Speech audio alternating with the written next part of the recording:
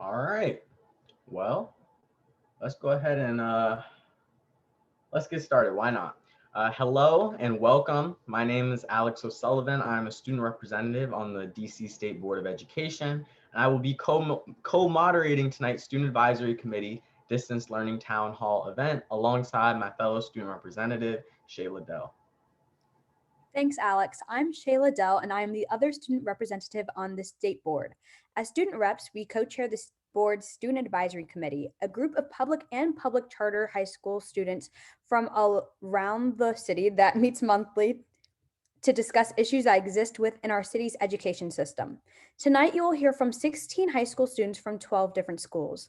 They will provide 3 to 4 minute testimony on each on their respective assigned topic.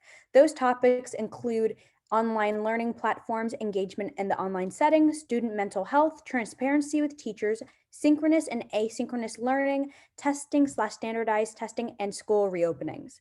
We will split each group of panelists into blocks by topics. There will be 5 blocks of panelists. After each block, we will open up the panel to questions from the audience and from questions Alex and I have prepared. Each panelist is free to answer any question regardless of whether it is their designated topic. Feel free to ask questions using the Q&A box or the chat if you are a member of the audience. And we encourage all teachers on the call to be engaged as possible with our students so that you all can hear our honest feedback and recommendations. All right, thanks, Shayla. So without further ado, let's get started because we have a good number of students here waiting to speak. First up, we'll hear from Iyana Williams, a sophomore at Bard Early College High School, and Juliana Lopez, a sophomore at Columbia Heights Education Campus, who will speak on their experiences with online learning platforms. Then we will hear from Camille Jones, a senior at Capital City Public Charter School, and Londyn McPherson-Dews, a senior at Anacostia High School, who will discuss student engagement in the online setting. But first, Iyana, take it away. Okay, hi everybody. The first platform I want to talk about is Microsoft Teams. It's fine, but sometimes like it's kind of laggy and teachers can't really like when they're screen sharing, they can't see chats and stuff. Sometimes chats doesn't work. Everything's laggy, chat is laggy, so that's kind of a problem sometimes. The next one is Big Blue Button, and it's a meeting on Canvas. That is my favorite topic to meet on class because you have private chat, breakout rooms. It's not laggy. Mute and unmute works fine. Chat works fine. And then 2 platforms that we use like in class for classwork. One is Nearpod. Teacher creates the lesson on Nearpod. You log in on your own. Teacher is on it, can change the screen whenever they want. It's really engaging and it's easy. You can play games on it, different types of lessons on it. And second one, Desmos. That one, you log in. We use that one for math. Log in, you have your assignments or whatever. Teacher can send you notes on it. You can go back, do whatever you want. I'm sorry. You can go back, fix it. Teacher can send you notes, private chat you, and let you know what you're doing wrong and stuff. All right, thank you, Iyana. Now, Juliana, you can go next. Okay, good evening all. I think that distance learning platforms are one of the main topics when it comes to distance learning. I think that we all want distance learning to be as successful as it can be, but the truth is that even then we will still have some of, advantages and disadvantages, like learning to be more independent, but stressing over all of the work that needs to be completed. And in order for it to be less problematic, we need to set some ground points. First of all, I can say that from my own experience and talking to teachers and students, the same idea seemed to bounce around, and that is that there has to be a minimal number of platforms that we use. So as a suggestion, I would say that there should only be one platform where, all of the information is and where you meet. So, and the 2 most popular platforms that, most of us use to meet, that's Teams or Zoom. So additionally, Canvas must be the platform where all directions come from. So that can be links to go to a meeting, messages from teachers and students, links to assignments, and that should all be found and sent through Canvas. to have a more organized manner. In some cases, having multiple learning platforms for all of the classes that we attend on a daily basis can be very frustrating, especially when you log into each of them and see that you have assignments on each of the platforms, whether that's because the deadline has passed or there's new assignments that have been posted. On the other hand, some platforms are specifically designed to help with a particular subject.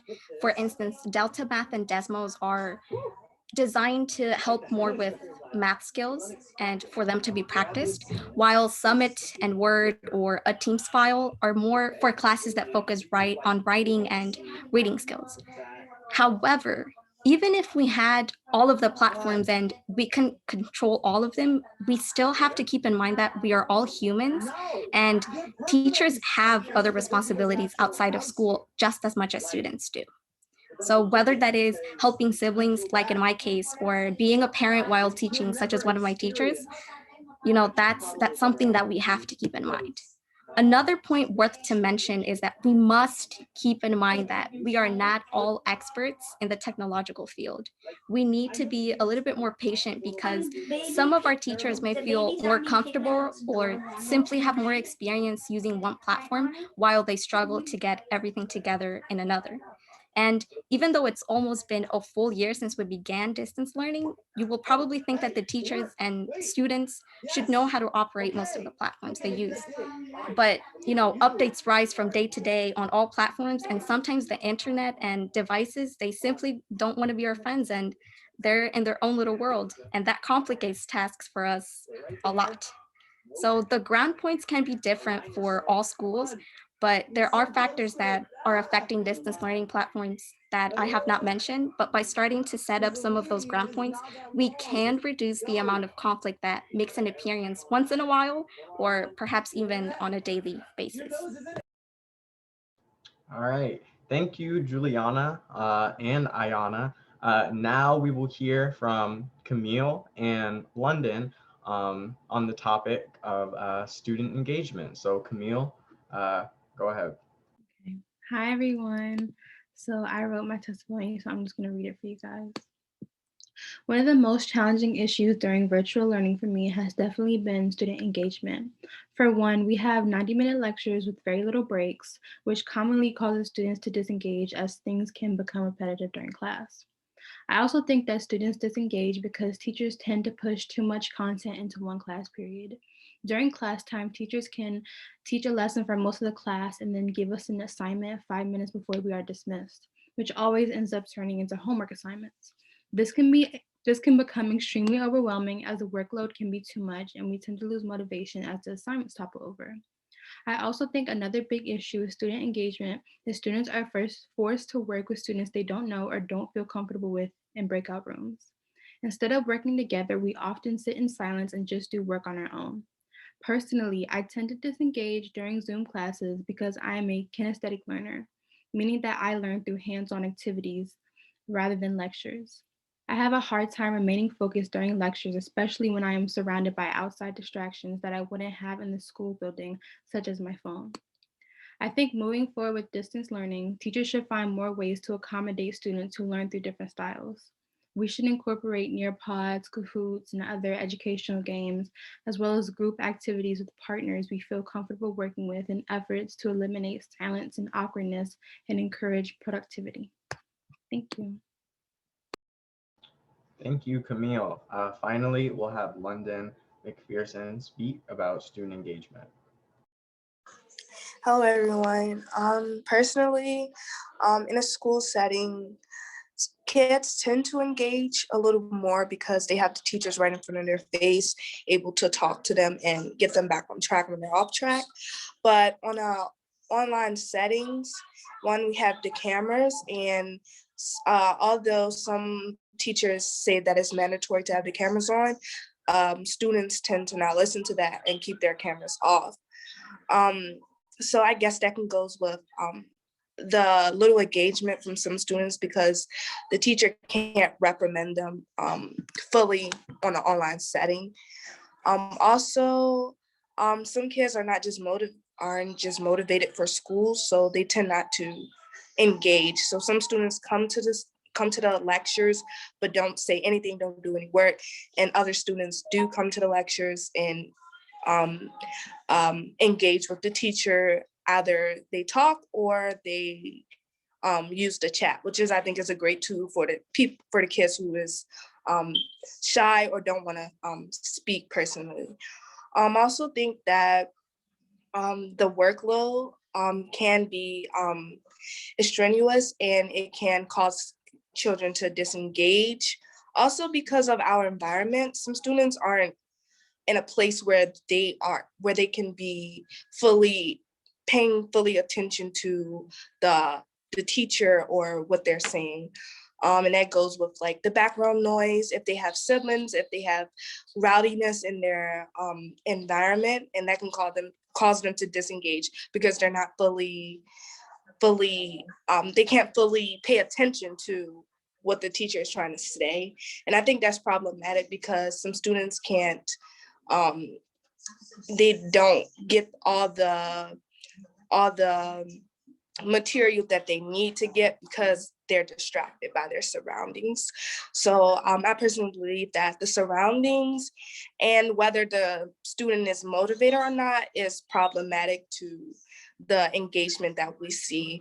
Also, personally, in my classes, most of the kids who are on like honor roll tend to be more engaged because I feel like they have the standard of where they know they have to be engaged in order to get their grades. Other students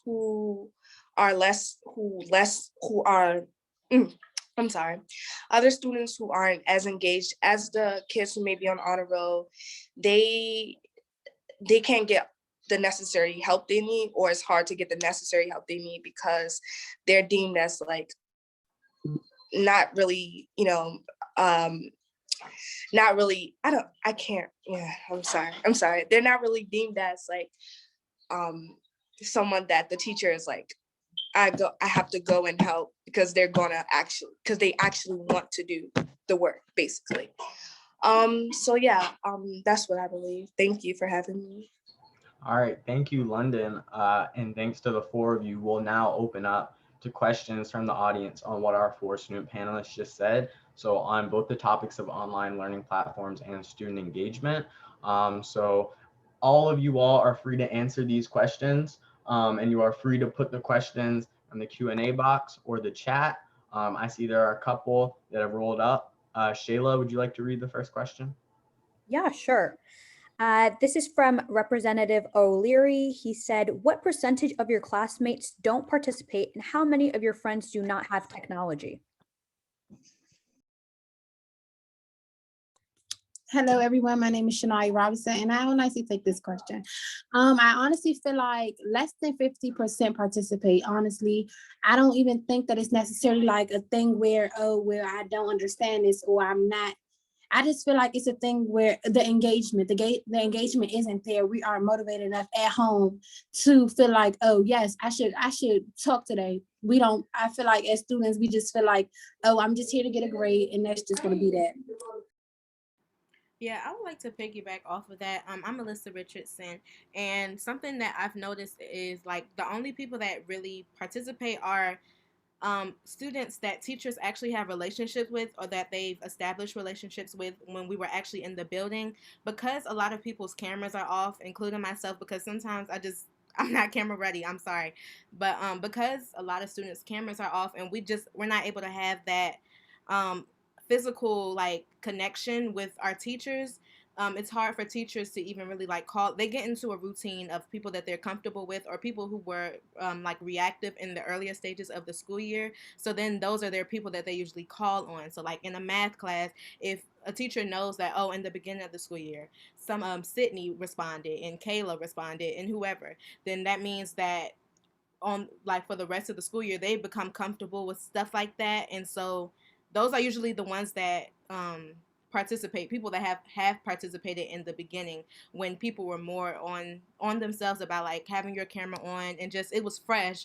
So we haven't been like desensitized to like school because we're getting into a routine of just doing the same thing every every day, and we don't have like the difference of knowing like, oh, like we don't have different things like, oh, this is what somebody wore today, or for lunch this is what we had. Like, it's just we wake up every day in the same bed and we come to the same thing, so people are not as engaged, and so the people that end up participating are the ones who have been participating. It's not like any fresh, like any circular motion for, yeah. Thank you, Alyssa. I see that Camille, you have your hand raised, and then we'll follow that with Iyana and then Reagan. Okay, can you hear me? Okay, so I agree with the other two people that were talking about participation. I have the same issue at my school. Like the same few people talk, and it makes it even worse because I go to a really small school. So it's like 12 people, 16 people at max in each class. So it's like the same 5 people talking over and over. And I think with technology for my school, everyone was provided a little Chromebook in the beginning of the school year. But so we all have computers, but the issue is that not everyone has Wi-Fi. And I know a lot of people in my school, my friends personally, they have a lot of issues with their Wi-Fi and their connection. So they don't always like hear everything that's going on in class because they keep on disconnecting. So yeah. Okay, so the question was, sorry, trying to find my question I was going to answer. Okay, the one about do they participate and are they retaining information? I know personally in my class, like I think Shaniyah said, it's not even 50% participating in class. It's, it's based on the days. Like you'll have a good 5 people at most, like participate and engage through the whole class. I know personally, I don't retain that much information, but I try to. And I saw somebody else say something about like, reaching out to students who are not participating. I know my school, we don't have live classes on Wednesday, so we have office hours. So I know my teachers will try to reach out to those students who need extra help, who don't really pay attention in class, and try to get them to come to office hours for one-on-one extra assistance and stuff. And that takes me back to Big Blue Button, one of the learning platforms on Canvas with the private chat, because I know teachers, though, you take advantage of the private chat and they can send, they answer the questions in the private chat directly to the teacher. Teacher can private chat them, hey, are you good? You need this and that. Reagan? Hello, my name is Reagan Allvin. I just wanted to kind of piggyback on the topic of the retention of information. I do think that the structure of online learning does not kind of allow for students to, it does not permit students being able to process and memorize information, which happens to be a very important thing in our educational structure, remembering things. Because oftentimes people can kind of turn their minds off during class when the camera isn't on. If the camera isn't on, they feel there often is kind of the idea that you do have a bigger freedom to focus on other things. So I do think that the virtual setting does come with challenges in terms of focus. Thank you. Thank you, Reagan. Gary? Yes, I agree with what everyone said, especially Reagan. Mr. O'Lowry, your question was, what percentage of your classmates don't participate? For everyone that doesn't know who I am, my name is Gary Murray. I attend Dunbar High School, and when I'm in class, out of I believe the 40 attendees that's supposed to be there, maybe I know I heard Londyn, I believe she said 50%. I don't even think 50% is really there. And the people that's really even there aren't there, mainly just there to participate. Like just to get there, just to show that they're there, just so that their camera is there, their picture is there. They don't, whenever they're called on, they don't really answer. So for you, I would say maybe 15 out of 40 on a good day, 15 out of 40. And how many of my friends do not have technology? All of my friends have technology, but most of that technology is outdated.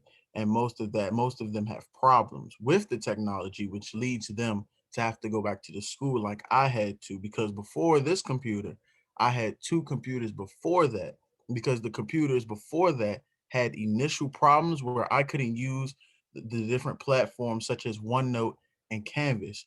So there's a lot of different students that's going through those technology problems, which is causing them not to be able to go to school. And then you have those students who just don't have the willingness and the motivation to put themselves in the position where they have the responsibility to sit there and do their work, and the teachers are trusting that they are there even though they can't see them or hear them. Thank you, Gary. I actually wanted to read a question that was posed in the Q&A box and then answered. So Miss Becker, my old math teacher, asked Camille, who said that breakout rooms are often done in silence. She asked if what makes breakout rooms more successful. And both Iyana and Camille replied that when you get to choose who you work with in the breakout room. Is that something that you guys feel is generally a true statement? And is there anything you guys want to add on to that? All right, cool. The next question I wanted to pose from President Davis of the Washington Teachers Union actually asked you, Londyn McPherson-Dews, do you sense that more attention is sometimes given to students who are the highest performing? Do you see a need for teachers to check in with students to get a sense of why they are disengaged or why the multiple ways students learn should be considered? Personally, with my school, I go to Anacostia High School. With my school, my teachers, they engage with the high performing and the low performing students. So if they see that one student is constantly answering questions, they'll pick a student who don't normally answer questions. And they also do keep reciting and asking the children, do they need help? If they need help, they have office hours, like days they can go and get help. So I don't necessarily think that all the attention is put on the high performing students. Yeah. All right, thank you, Londyn. I wanted to ask one more question that was posed by Representative Reed from Ward 8. She asked, what do you think could make school more engaging or meaningful for you and your peers? Does anyone want to answer that question? I see Juliana already put an answer in the Q&A box. If you want to add on, Juliana. Yeah, I was actually just typing. I was going to say that cold calling on a student may sometimes be an option. I know that perhaps we're not all retaining all of the information, but when we specifically ask a student, we might be able to get a lot more participation than just, letting the same students answer the questions that are being asked by the teacher. Thank you, Juliana. Reagan? I think that Camille brought up an excellent point in regards to how it makes learning more engaging. She mentioned, I believe it was different learning styles. I think that if students individualize learning styles, visual, audio, verbal, visual, I think that if more of those were taken into account to create kind of a diversified learning space, I think that that could create something for everyone, the ability for multiple students to learn in their own fashion. Thank you, Reagan. Shayla, do you want to ask the next question? Yeah, sure. So I just wanted to give light to Ms. Wattenberg's question. She asked, there's a lot of discussion about how much less students are learning this year due to virtual learning. One, do you think that's probably right? And two, if so, do you think the cause of the lesser learning is A, mainly the portion of students who aren't attending very much, or B, is it just as much that there is a less learning even for students who are in school and participating because it's hard to teach/learn virtually? I think that overall the virtual situation is what's really killing us. I don't think that there's anything that anybody can do about it. I mean, that's just the life that we live in, but I do feel like it can be improved, the amount of work that's given. I feel like if we were given a good amount of work and it was evened out, whether than us feeling like, oh, we have a boatload of work, I feel like if it was evened out, that would help us a tremendous amount because we will feel like, oh, we can actually do this. If I have 6 powder on assignments and then this is just from my first class and I still got 3 classes left and I get 6 more from each class, that's 24 assignments a day. And when I'm feeling like overwhelmed and things like that, I don't feel like I can complete them all. Maybe if I was to get maybe 2 or 3 assignments from each class a day, then maybe it could be a difference.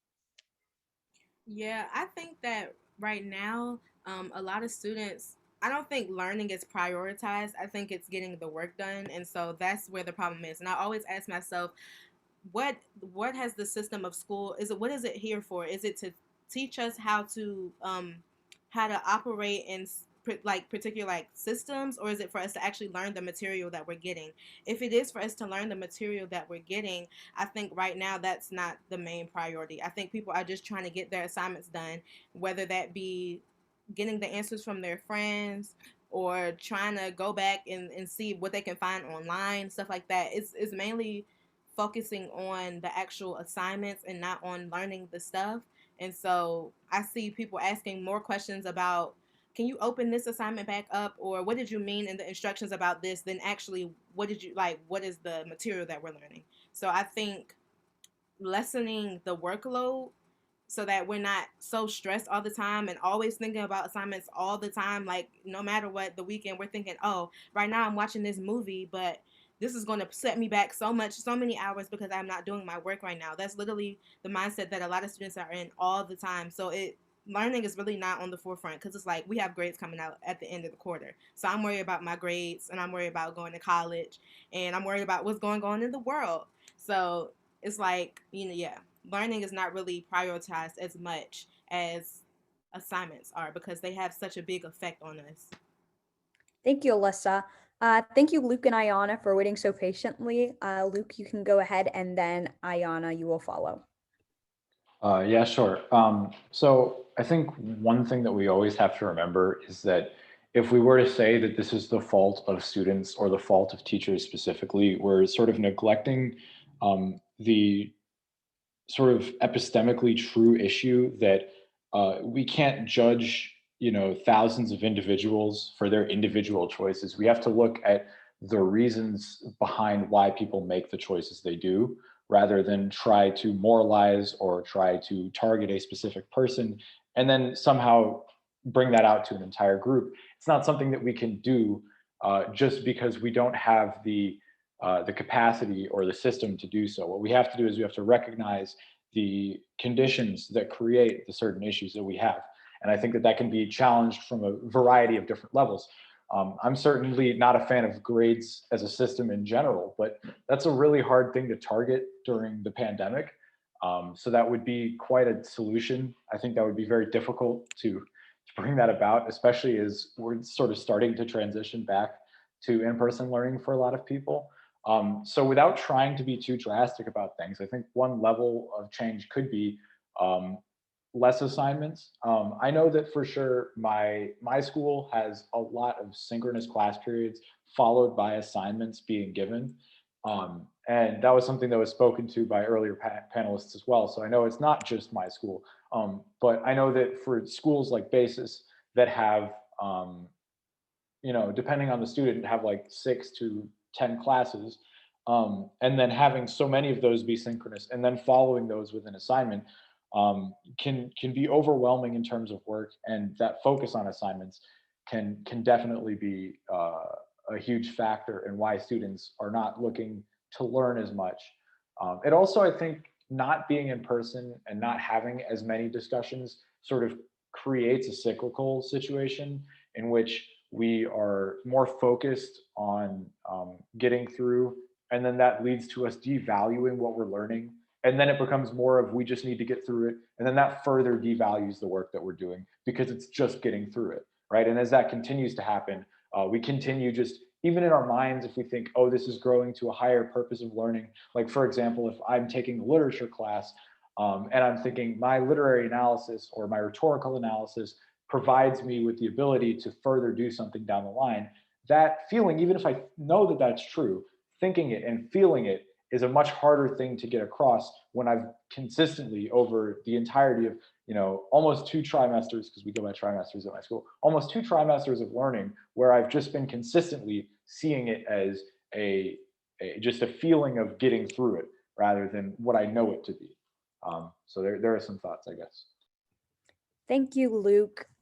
We will have Iyana, and then I saw Shania's hand was raised next. That will be preceded by Londyn. So go ahead, Iyana. I think the biggest problem with students not retaining information is we're in a pandemic. People are worried about their mental health more than anything. And I know personally, I'm in a girls group and we meet weekly, and we kind of talk about these things like, how is distance learning going? How do you feel? Whatever. And I know I have someone in my group who talks about, like, sometimes she decides not to log on to class or leave class early, because it's like, my school, we have like 6, sometimes Mondays and Fridays we have 7, every other day we have 6 classes a day, and they're literally all back to back. We have no breaks in between classes, no breaks in classes. Only more break we get is lunch, and that's like 45-50 minutes, which is nothing compared to sitting in 7 classes all day. So I feel like we need breaks in between. Students are not as engaged. And I feel like people are, since we're in a pandemic, trying to protect their peace and their mental sanity before anything. Thank you. Shaniyah, you can go ahead. I definitely agree with, oh, I'm sorry, my hand is still up. I definitely agree with Iyana. I definitely feel like I am one of those people who sometimes choose my mental health over joining class. I honestly feel like a lot of DCPS, well, students overall have fallen into depression. And I feel like that school has had a huge impact on it. Now, I as I feel like, just not to like focus on all of the dark things. I feel like as school leaders, as teachers, it's sometimes good to check in on students and say, hey, how you doing today? Rather than when we first wake up, the first thing we're doing is logging on to school and, hey, we're moving on to from 5.2 to 5.5 in one day, in one class. So I feel like as a teacher, I feel like to improve that, you guys can actually ask us sometimes, or take a class off to say, hey, let's talk about this. Hey, let's talk about how life is going. Hey, let's discuss. Do you guys have anything to get off your chest? Would you guys like to talk about anything specific? Would you like, if you don't want to talk to the class, would you like to talk outside of class? Little things like that can improve our mental health. Because like I said, me personally, sometimes I do decide if I'm not feeling so good, or if I'm feeling like really overwhelmed with so many assignments and things like that, I'll decide, hey, I might not go to first and third period today, only because I'm going to use this time to try to catch up, and I'm going to use this time to try to improve myself. And a lot of us teens are, instead of using time to have like do self-care and things like that, we're using time to complete so many assignments and work on this with school and work on that in school. And I definitely agree with, I'm not sure who said it, but when they said we're not really learning anything, we're just learning how to complete assignments, I definitely agree with that. I feel like that has had a huge impact on us as well, just due to the simple fact that if we're not literally, like, the things that are being taught is literally going in one ear and out the other, and it isn't going too good, like in terms of the whole mental health thing and in terms of actually learning. Thank you. We'll have Londyn, and then we'll have to move on because of time. I definitely agree with what everyone was saying on the mental health part. I just want to go to the part of, I'm not sure if all the schools have this specific setup, but in my school, for the first couple of months when school started, we only have four classes. And then for the other half of the school year, we have our other 4 classes. So all our classes was a combined and just one day, and we just go to all our classes every single day. With that setup, it has forced me to have to retain information, a lot of information that I will learn over a period, over a year period. Now I have to take that information and learn it in like a couple of months. And I think that goes with it being hard to retain information, because we have to cut our learning short so we can go to our next classes. Although this was done to kind of take the stress off of kids having to have all these classes in one day, it really is problematic for how we retain our information, because now we have to sit up here and do all these assignments and have to try to retain the information all in a couple of months. And that's what I just want to say. Thank you once again, Iyana, Juliana, Camille, and Londyn, as well as all of our other panelists who have shared their insight on the topic at hand. We will now hear from Vance Gootman, a junior at School Without Walls High School, and Shaniyah Robinson, a junior at Ballou Senior High School, who will share their thoughts and experience on student mental health. Vance, you can start it off. Hi, I'm Vance. I'm gonna kind of sound like a broken record after the discussion we just had, but I think a major thing in terms of student mental health, especially having discussed with some students at Walls, at Wilson, and at Duke, is that we don't really get a break. Like we're supposed to, for most schools, DCPS schools, we get a break on Wednesday. It's supposed to be asynchronous. And that's supposed to be sort of a mental break or a break to get work done that's existing. But really it's just used to assign more work to students and overwhelm them further than ever before. And I'm sure at least some people here will agree with that based on the discussion that we've had. And overall, it just becomes too overwhelming. And especially for students who need that break, while there might be some who need it less, it really just stacks up the work further and further until the breaking point. And I know a lot of students felt that at the end of the first term or in the second advisory, as I know, I can't even count on my hands how many of my friends from DCPS schools I know who had like 30 missing assignments at the end of the semester because they didn't feel like they could handle completing them in the time that they were given, even with the extended due dates and with the no late policy, which people did admit relieves stress slightly. People still felt like they had to do everything at the last minute because they couldn't do it reasonably enough in the time that they were given. And obviously, like we've seen, like a lot of these students, even in front of us, don't have a break in the 5 days that we're supposed to be doing work, when really that Wednesday is supposed to be that break. So I'd like to hear what other people have thoughts on, but that's just what I've experienced. Thank you, Vance. And as Alex has mentioned in the chat, we will be coming back to questions that weren't answered last round. So no worries if your question wasn't answered. We will now be hearing from Shaniyah Robinson.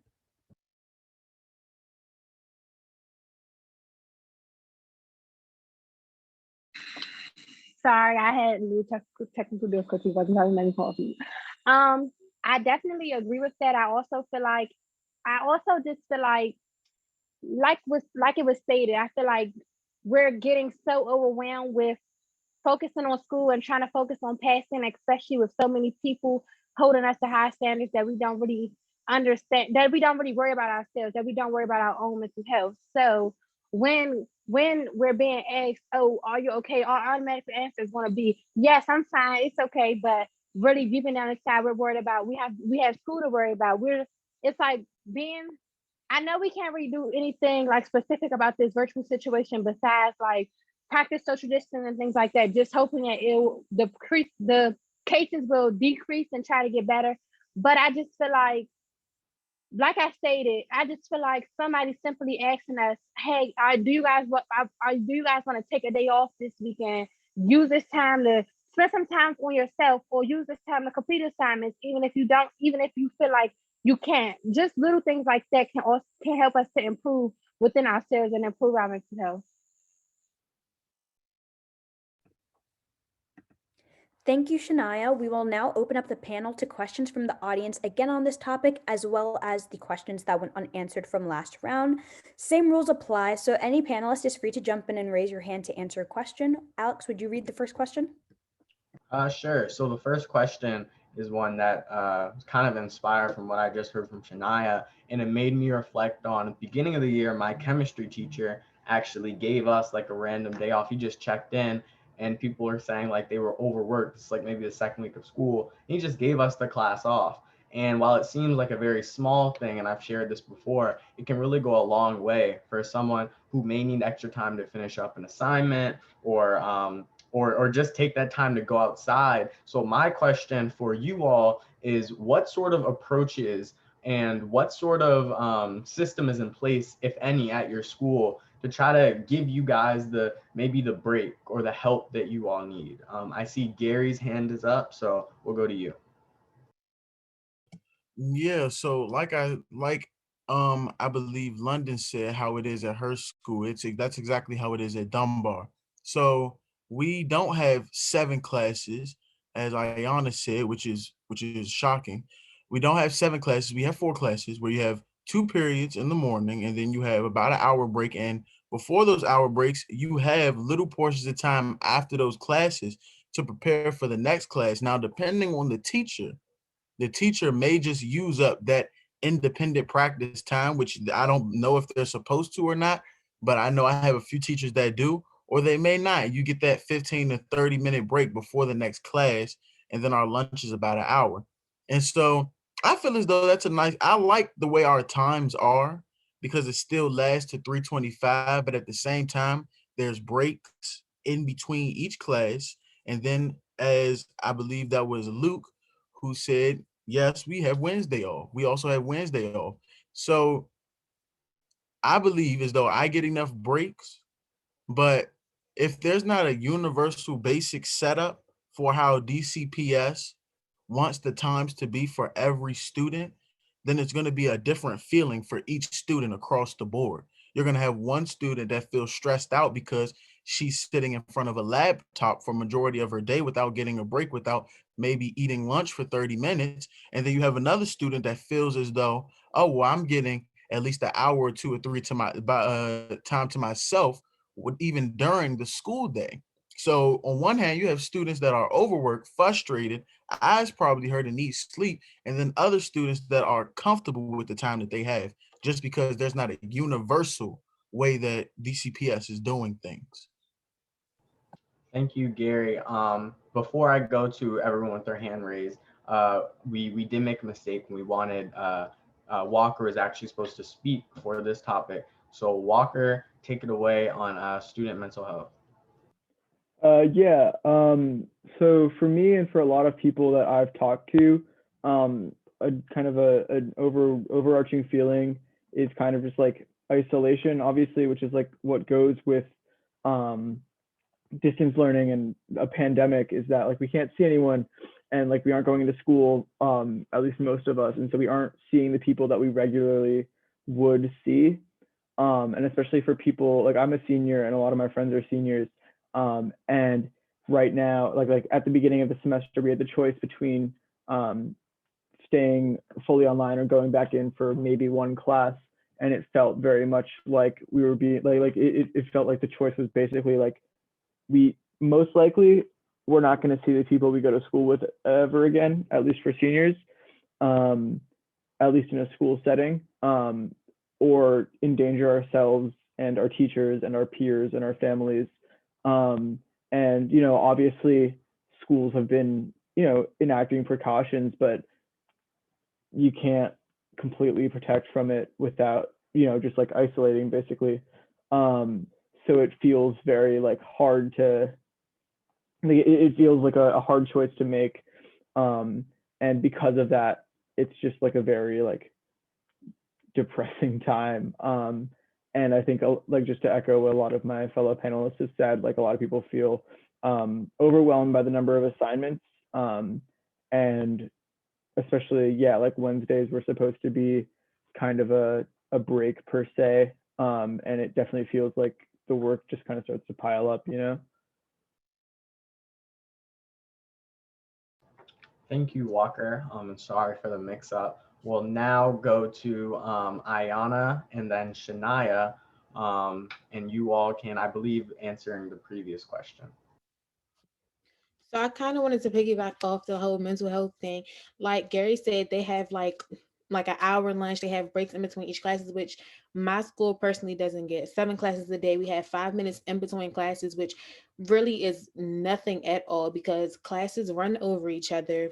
Teachers start early, go from class to class. We have, I know my learning platforms, like one period will be on Microsoft Teams, and another class I have to hurry up and try to switch over to Canvas and log in the big blue button and stuff. So that's a mess. So we don't really have breaks in between. I think that's another thing, like trying to process what just happened in one class and then go straight to another. It doesn't work. Like you can be frustrated from what happened in one class. You might want to take a break or whatever, the break that we don't get. And then that kind of carries over. I know me personally, it'll carry over into the next class. And then I'm not going to want to pay attention. I'm not going to want to answer questions, and I'm not going to get the information that I need to get. Thank you, Iyana. Shaniyah. I definitely agree. I'm not sure why it doesn't let me turn my camera on, but I don't know what it is. But I definitely agree. I also feel like I'm pretty sure that was Gary. Like he said, if there was a strict policy across the board, I'm noticing that a lot of my peers aren't saying like their teachers aren't giving them asynchronous time how they're supposed to when it's not supposed to be a full synchronous class. I'm noticing things like that. So I feel like if there was a strict policy across the board in terms of DCPS and the way that the teachers, I'm not sure if they still have like special PD days and things like that, but I feel like if that was implied throughout the entire district, then that would solve a lot of our problems, including myself. Think times do go, most of my synchronous classes do go over asynchronous time. So the assignments that are given end up being homework. So not only do I have to do this classwork, but I also have to do the homework that was assigned for the same topic. So that can also be one thing. I would like to shout out my counselors, Miss Sally Leroy and Miss Coleman, only because they do their job as counselors, reaching out to us almost every other day, just making sure that we're okay in terms of our mental health and things like that. And I feel like if everyone had supportive counselors like that, it would help us improve. It would help us improve because they let us know, even though we are in this pandemic and even though that there are going to be distractions at home and things like that, you can still do this and you can still be successful throughout the year. Thank you, Shaniyah. And then Iyana, is your hand raised from before or is, oh, okay. It's fine. I would like to shed light on the question from Representative Reed. She's asking what extracurriculars have been provided during the pandemic?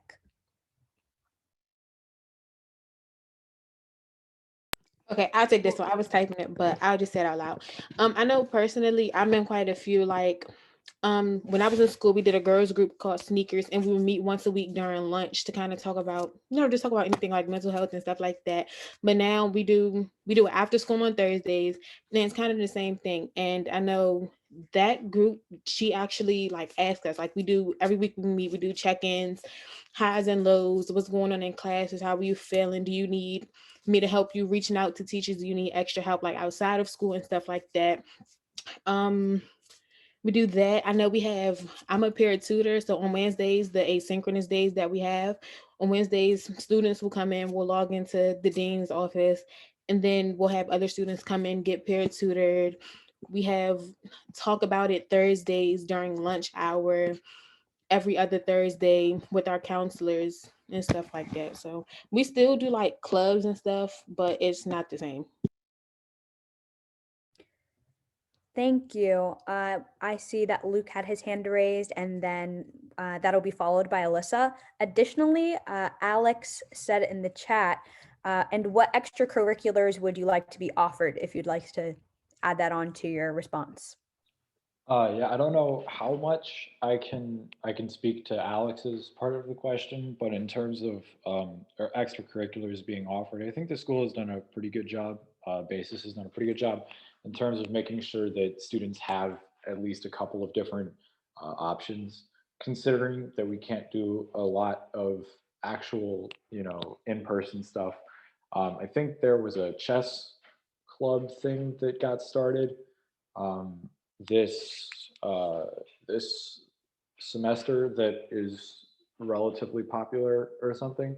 But I thought that the more significant thing to me was I've noticed that a lot of the clubs that I have found interesting have been student-led and started by students and are almost functioning outside of our school entirely. I have started a club like that. I'm working on it with Alex and a few other people who are in attendance at this meeting as well. And also some friends of mine created a club about historically underrepresented people in STEM that I have tried to get to meetings to because I think it's extremely interesting. It's been hard to make it because of schedule conflicts, but it has been definitely that the clubs that I have found to be most interesting during this pandemic have mostly been student-led. I think the sort of the improvisational aspects to it and the creative thinking that was needed to create them, I think demonstrates something pretty impressive on behalf of the students of my school, but also I think shows that there is avenues of opportunity that have been presented as well. Something that if you guys haven't thought about it too much, maybe something to work on at your schools, because I think that the people who have really devoted themselves to doing this at my school have done a really good job from what I've seen, and it's interesting stuff. So yeah. Thank you, Luke. Alyssa, you can go ahead. So I go to Duke Ellington School of the Arts, so that's sort of like extracurricular in itself. Everybody has their own art, but even in the building, we had. So I was a part of our school's show choir. Of course, we can't really do show choir virtually, so we haven't been doing that. And so we get out of school at 5 o'clock every day anyway. I hope I did not freeze. One second. We can still hear you, I think. Oh, you can still hear me? Okay. So I was saying that's sort of like extracurricular in itself, and we already get out of school at 5 o'clock. We get out at 5:20 now virtually, so we don't really have a lot of clubs. We have SGA, but that meets on. That's not really. I mean, I guess that's a club. We have SGA, and we meet on Wednesdays. Other than that, it's not really any extracurriculars or anything like that. We just sort of do our art every day, and yeah. All right, thank you, Alyssa. My next question that I wanted to ask is one that I think has been answered in the Q&A box, but it was posted, and I thought it was very pertinent to like what's going on right now. The question is, in terms of mental health, do your teachers have conversations with you about current events? For instance, you all have discussions about the pandemic, social issues, and I wanted to see if you all got to have conversation as your school about what happened on January 6th. I see Gary raised his hand, so we'll go to you. I had one teacher talk to me about what happened on January 6th, and that was my AP US history teacher. And that was, that term just started. So last term, no teacher asked me about it when it did happen. And so there's not really a current events upkeep, or there's not really a, like somebody said, there's not really a check-in, or there's not really it's just like school. Like there was no acknowledgement that a pandemic happened and that we are now no longer going to the school building, and that we are still sitting in front of cameras an hour later. There's still no talk about that, or how are you feeling as students dealing with something that no other student has dealt with. No other student has dealt with this situation. So there's no really student teacher communication about where we are just as people. There's not like a citizen connection from students to teachers. Thank you, Gary. Iyana, and then Reagan. I feel like we don't really talk about stuff that's going on like outside of the building. Like, of course, we acknowledge we're in a pandemic or whatever, the same conversation we have every day. But one specific day, the day after the Capitol raiding, everything, Wednesday was an asynchronous day, so we weren't in classes. The next day, like that was just what school was about. Every class, the assignment was, we came to class, talked about it. How do you feel? Check-ins, what were your thoughts? But I know specifically my area studies, my history class, he completely changed the lesson to that. Like we watched videos on it. He made a Google Doc, like a group Google Doc with pictures from it. We put how we feel, connections to it and stuff. But I feel like overall we're not talking about what's going on outside of school enough, which is also kind of like, well, we're just coming in here talking about class all day. You don't know how I'm feeling outside of class, what's going on outside. So then I'm not participating and you're just confused as to why I'm not doing anything. Because my school, we don't require cameras on, so nobody really turns their cameras on. So then that's another problem. You can't see what I'm doing, what I'm thinking. Thank you, Iyana. Right before I go to you, Reagan, I wanted to go to Winston because we haven't heard from him yet. I saw you said that your school decided to cancel classes the day after the riot, and I wanted to know, like, do you think that was appropriate? Do you think they handled that well? What are your thoughts?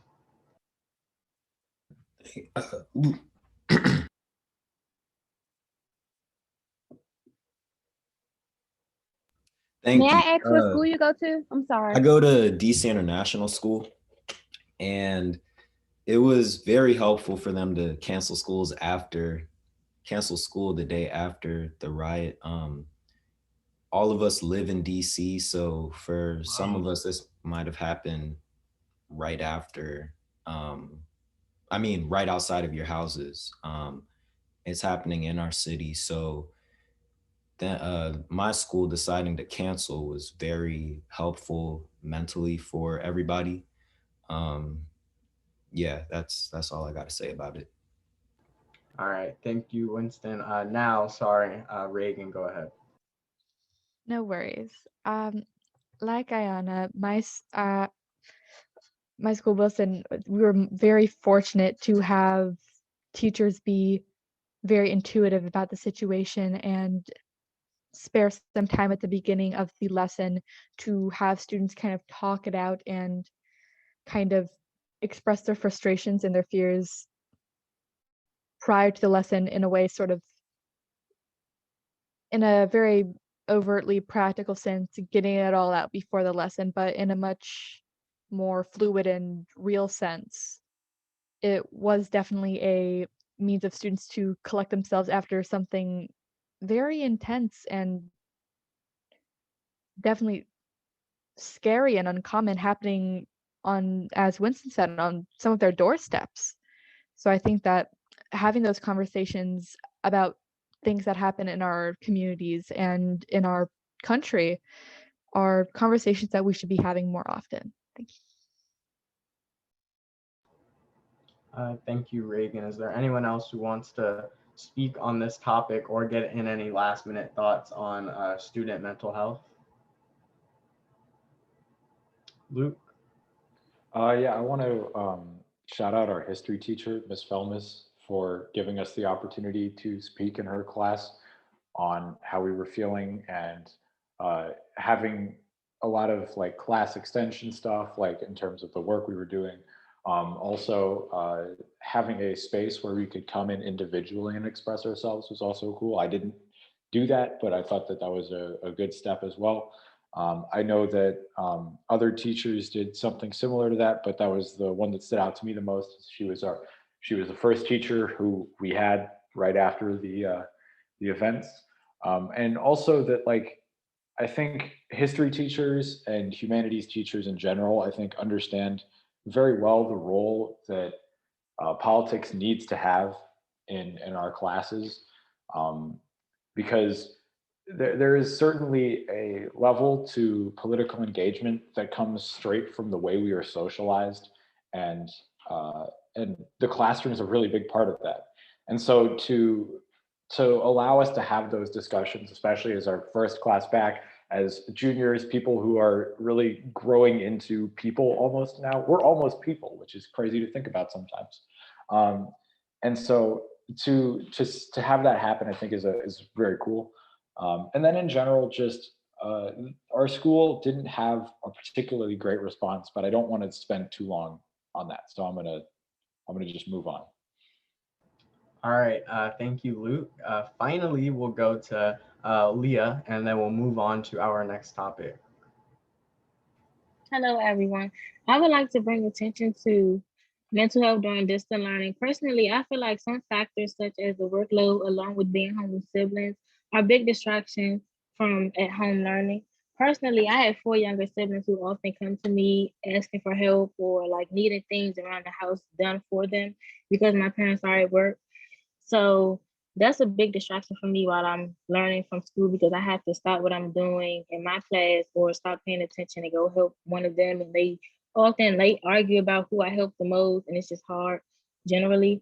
I'm also a 4.0 student, which holds me to a high standard. My teachers often expect high of me without thinking about how I am doing mentally. While there are plenty of factors that can impact mental health during virtual learning, I feel like some schools should enforce mental health days, meaning that students should have at least 3 days a month where they can be curbed or pushed back on any missing work or anything that they need help with. Because I feel like Wednesdays have become days where meetings are definitely still intact. Like personally for me, I know a few of my peers as well. We often have days on Wednesdays where we're supposed to take a break, but we then have multiple more meetings to go to, or we're working on catching up on work all day. And I feel like a mental health day would just be easier for most students because I know a lot of us are going through things, and with it being virtual, I know for a fact that like in school, a teacher can tell when something's wrong with you. You can go get help from a social worker. Now we're on a computer, our camera isn't on. So now I feel like it's different. Like I feel like we definitely need something that's bigger than just, oh, just ask to go to the social worker. I feel like another thing about social workers at school, I feel like it's a big trust thing with students as well. Because I feel like most of the time when social workers are speaking to you, I know personally when I speak with social workers, I'm scared or I'm watching what I say because I'm scared like maybe they'll go to a higher power and try to like give me extra help that I don't really want, or like I don't want to bring more attention to myself. So I definitely feel like mental health days would be extremely helpful for students doing virtual learning. All right. Thank you, Leah, and thank you for all of our panelists thus far. We will now hear from Iyana Jones Burgess, our only freshman on the panel from Bard Early College High School. Then we'll hear from Leah Sloan, a sophomore from KIPP DC College Prep, and they'll both discuss grades, transparency, and communication with teachers. And before I hand it off to Iyana, I just recommend to all the panelists, if you can, to rename yourself to include your school as well, so that the people in the audience can know what school you guys are coming from. But without further ado, Iyana, go ahead. Hello, everyone. My name is Iyana Jones Burgess, and I go to Bard Early College High School, and I'm a 9th grader. Based off of my personal experiences and things my friends have brought to my attention, the lack of communication between teachers and students is unbelievable. Students should feel comfortable enough to communicate with their teachers through email, text, and etc. Sometimes teachers may seem unapproachable, and us as students need to feel comfortable with communicating with teachers. Teachers can sometimes come off uneasy, especially if you are struggling with a certain lesson. And it's hard for some students to say that they are struggling because they want to get it on their own and they don't want to feel like they're going to need somebody because we're still young and we feel like we'd be able to do things on our own and we don't need help. It's sometimes, I think, providing more comfort to students and making sure they are learning lessons would be great. Also providing more contact information for us instead of just an email. I would prefer teachers having a work cell provided by DCPS because when I was in middle school, all the staff had work cells and the students could call or text them for help with their work. DCPS teachers should have a work cell because it will be more easy to access than their email, because during the day while they are teaching and on their laptops, they aren't checking their emails every 5 minutes, because while they are teaching the lesson, they don't get notifications for these emails that we are sending them. Teachers could turn the notifications on their personal cell, but notifications shouldn't have to go to their property and shouldn't be required to have all of those notifications going to their main cell. I believe a work cell would be great, so they would be able to turn the email notifications on and have a phone number they could give out to students who can contact them through their work cell for help with their work. And because their notifications are on, they will be able to respond faster. Students will be able to contact their teachers through a cell number as well as email. Which one do you think would work more productively? I think a work cell. Why? Because most students don't email because they may not know the proper format for an email, or maybe they just feel like text would be better. According to DCPS, the DCPS budget has 3 key priorities: equity, financial sustainability, and transparency. Providing cell phones to teachers to create easy access for students will help fulfill DCPS's priority for equity. Because improving communication will foster positive student outcomes that DCPS strives to accomplish. I hope that DCPS can consider providing work cell phones for teachers because I know quicker communication will contribute to easier student-teacher relationships and accountability. Also, the students' funding is not fully being used due to virtual learning. And even when we had been in in-person school, there were still things students needed that shouldn't have been needed due to the funding for each DCPS student. That should make up for all the things we don't see in some of these schools, such as sturdy sitting areas, desks, utensils, paper, and a lot more. Schools are not being properly funded for how much they are supposed to be in person. So what about distance learning? Where is all the money going still? Nobody knows. The money that isn't being put into students because of distance learning should provide work cells to teachers because this would be a great time to use it. All right. Thank you, China. Good job. Now we'll go to Leah, Leah Sloan, who will close us out on this topic, and then we'll open it up to the panel. Hello, everyone. My name is Leah Sloan. I'm a sophomore at Kit BC College Preparatory. I definitely also feel like communication during virtual learning definitely impacts mental health because me personally, I had an experience where I fell behind on some work and I needed to catch up. And my teacher literally, like, it took me weeks to get in touch with her. Like, I kept texting, I kept emailing. And I know for a fact that most of my teachers from last year, I have great relationships with them now that we're virtual, which is crazy. But I had to reach out to them to get help, to get in contact with the teacher. And after a while, it definitely made me feel unmotivated to even fix the work that I needed to fix or any work that was missing, because I feel like if you're not communicating with me and I'm doing my part as a student and you being a teacher, you should want to help me, and you're hosting class every single day and I'm typing in the chat, can you check your email, check your text? And it was literally going ignored. And I know that my peers have also had similar situations where they feel like teachers don't care to communicate with students, because when we are in person, teachers don't have a choice but to communicate with students. Like when you raise your hand or when you're like, let's say, for example, students come in class late or teachers want students to stay after class. There's always some type of relationship with the student and the teacher. And I feel like because we're virtual, it's very hard to contact a teacher or talk to a teacher because everyone's often on mute, camera off, and there's no real communication between teachers and students. So I definitely feel like communication is a very big thing regarding virtual learning. Thank you, Leah. And now we will open up the panel to questions from the audience again. Same rules apply as last time. Feel free to answer ask any questions on this topic. Shayla, can you read the first one? Yeah, sure. I just had the question up. Sorry about that. Okay. We have a question from Elizabeth Malcolm. She's asking, are any of you able to convey these concerns to your teachers at your schools? What does or does not make you feel comfortable sharing these concerns with teachers? Have you ever had a teacher effectively make changes to support your stress levels and engagement needs? And Iyana, you can go ahead to then be followed by Londyn. So I feel like teachers are hearing what we're saying, but I feel like they're not doing as much as they can to actually hear our concerns and fix what's bothering us. Because I know we just started a new semester a couple weeks ago, and in my acting class the other day, we actually did something called empathy interviews. It was like some of my teachers were part of like a different group, and they were trying to like get student feedback. And we spent the whole class period like asking questions and giving feedback on different teachers. But I feel like it shouldn't take a whole semester for y'all to actually want to hear what we have to say and apply feedback, because at that time we're on the new teachers, learning a different teaching style. And I know me, first semester I had all new teachers pretty much. So I feel like every week, like weekly or every other week check-ins is necessary to see what are you guys doing right? What else can I do to help y'all? And I forgot what else I was going to say. So Londyn, go ahead. Londyn, go ahead.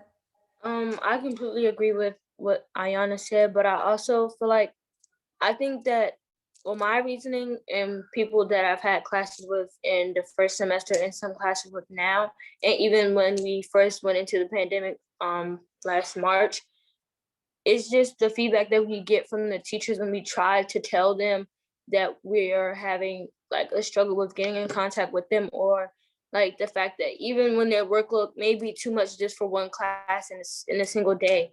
Like for example, last March, when I was taking math in 10th grade, one of the responses from the teacher was because they have children of their own that they have to care to. And to my understanding, that shouldn't be one of your excuses, because you knew that when you signed up for this job or when you were given this job, you have priorities, and one of your priorities are your students. Secondly, also what I did learn is that you were not supposed to, technically the teacher is not supposed to have like other little students while technically on the clock or at work. So that was also a large issue with that response. And then this year, I had a first year history teacher. This was in semester 1, and we as a whole class was just trying to give her like a little feedback and trying to help her like be better for semester 2 or whatever. And her response to us was that she was trying to turn in, because she taught multiple histories classes, so her response to us was that she was trying to make sure the 12th graders assignments were turned in. And we felt as though, like, we understand that this is their graduating year, but at the same time, junior year is just as important as 12th grade year. So how can you single out a specific grade or tell us that you're going to do their stuff first and then we're just going to have to wait, when I'm pretty sure we've worked just the same amount or sometimes even as harder than they did, and it just really seemed like unfair. So I'm pretty sure with responses like that, many students wouldn't even want to talk to a teacher or to talk to an administrator, because that'll just be a reason for them to lose even more motivation when hearing that a teacher is making you say wait, or they have other priorities or making excuses. Thank you, Londyn. My next question is going to be sort of for transparency, and I think some of you all touched on it, but what is the best platform to get in contact with your teachers? I think we discussed it in the December town hall, but for anyone new who's on the call here tonight, what's the best way for a teacher to reach you, and what's the best form of communication? We'll go to Gary and then Reagan. I believe Microsoft Teams is actually effective. The two platforms that I'm actually comfortable with is Canvas and Microsoft Teams. Microsoft Teams actually has this structure where not only can my teachers reach out to me whenever they need to on a private level, but also my counselors. When I'm having an issue with the teacher, they can just ring my Microsoft Teams account, or either my phone would ring from the app or my computer will ring where I can answer it. So I believe that's a good way to communicate on and off. Thank you, Gary. Reagan? I personally believe that Remind is a very reliable source just for the sake of communicating with your teacher, because I believe when China was making her point, she was talking about the teachers having a work cell with which they could communicate with students. I think that in some ways, Remind does act as kind of a proxy for that, in that it's sort of nearly exactly like texting your teacher. For example, you could say, my grade in Canvas looks like this, but in Aspen it looks like that. And another example, this morning, my AP Lang teacher was feeling under the weather. So she, like, first thing in the morning, she said she can let us know via Remind that she will not be able to host class. It allows for a very efficient and effective communication. Yeah, I want to echo that. I currently, this semester, only one of my teachers uses Remind, but in the past, like especially my junior and sophomore year, a lot of my teachers use Remind, and it was absolutely an effective way of like getting in touch with them at random times. Like email takes a while, sometimes, you know, it takes them a while to respond, and just on my end, like I get Remind messages as text. I don't check my email every like 5 minutes, but I'll get a notification as if I get a text. So it's definitely a really good means of like quick communication, especially for like smaller questions. Like if you're just asking something pretty like simple, then it's really good to use Remind. For like bigger questions, obviously, I think email is better. Thank you, Walker. Iyana? I think the two best ways to communicate, well, I know it's different for everybody, but I think to like actually have meetings and stuff, like Gary said, Microsoft Teams, because I know me and my friends, I had this one friend that we work really well together, but we're not in the same class. Like on Canvas, we can't just go to our class and meet because we're in two different classes. On Microsoft Teams, the teacher can just ring both of us and we're right there. It comes to my phone and everything. And also like Canvas, when teachers put in announcements and stuff, I know personally I have all my school apps on my phone, like Canvas, Teams, and stuff like that. I'll get the notification to my phone. You can send messages back and forth in Canvas. For the most part, teachers reply fast. And another one, email, but I don't really use that. I like to use Canvas and stuff. And some teachers give out numbers, like some teachers have like, some will give out their personal number, but some will have like like the Google voice numbers. I think that's what it's called, specifically for students to reach out to them and text them. And I think that's the fastest way to get in contact with them. Thank you, Iyana. And then I saw that Luke briefly had his hand raised. Did you want to speak on that, or was that by accident?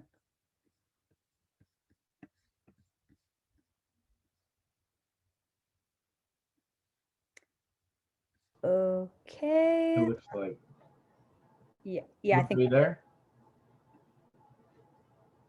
All right. Well, there's one more question I wanted to ask, and it's in the Q&A box right now. But the question is, how do you feel when teachers reach out and text you? Ms. Becker says she sometimes feels hesitant to initiate texting with her students because she wants to respect their time outside of school hours. I'm seeing some head nods. So I'll go to Walker. Yeah, no, I personally, I find it to be like I like it. I appreciate it. I think I'll usually reach out to a teacher if I have a problem or a question. But it's definitely like very heartening to know that like this teacher like cares about my success and wants to help me with whatever problem they can see that I'm having. Yeah, I know with personal numbers, personally, my English teacher, she gives out her personal numbers so we can meet. Like if our school devices or computer isn't working, like Teams and stuff, she'll FaceTime us really quickly, phone call, whatever, if we're comfortable with it. And I know like in the semester, whatever, you know, final projects coming up and stuff, if it's like really late where we're not really checking emails and stuff like that, she'll allow us to text her phone. If she's doing something, she'll be like, okay, can I check it in an hour or whatever? Yeah, that's fine. Can I get back to you in that time, or is it too late? Just text you in the morning and stuff like that. Gary? I also agree. You have some teachers that won't text because they feel as though that's a limit that teachers shouldn't reach, and I understand that.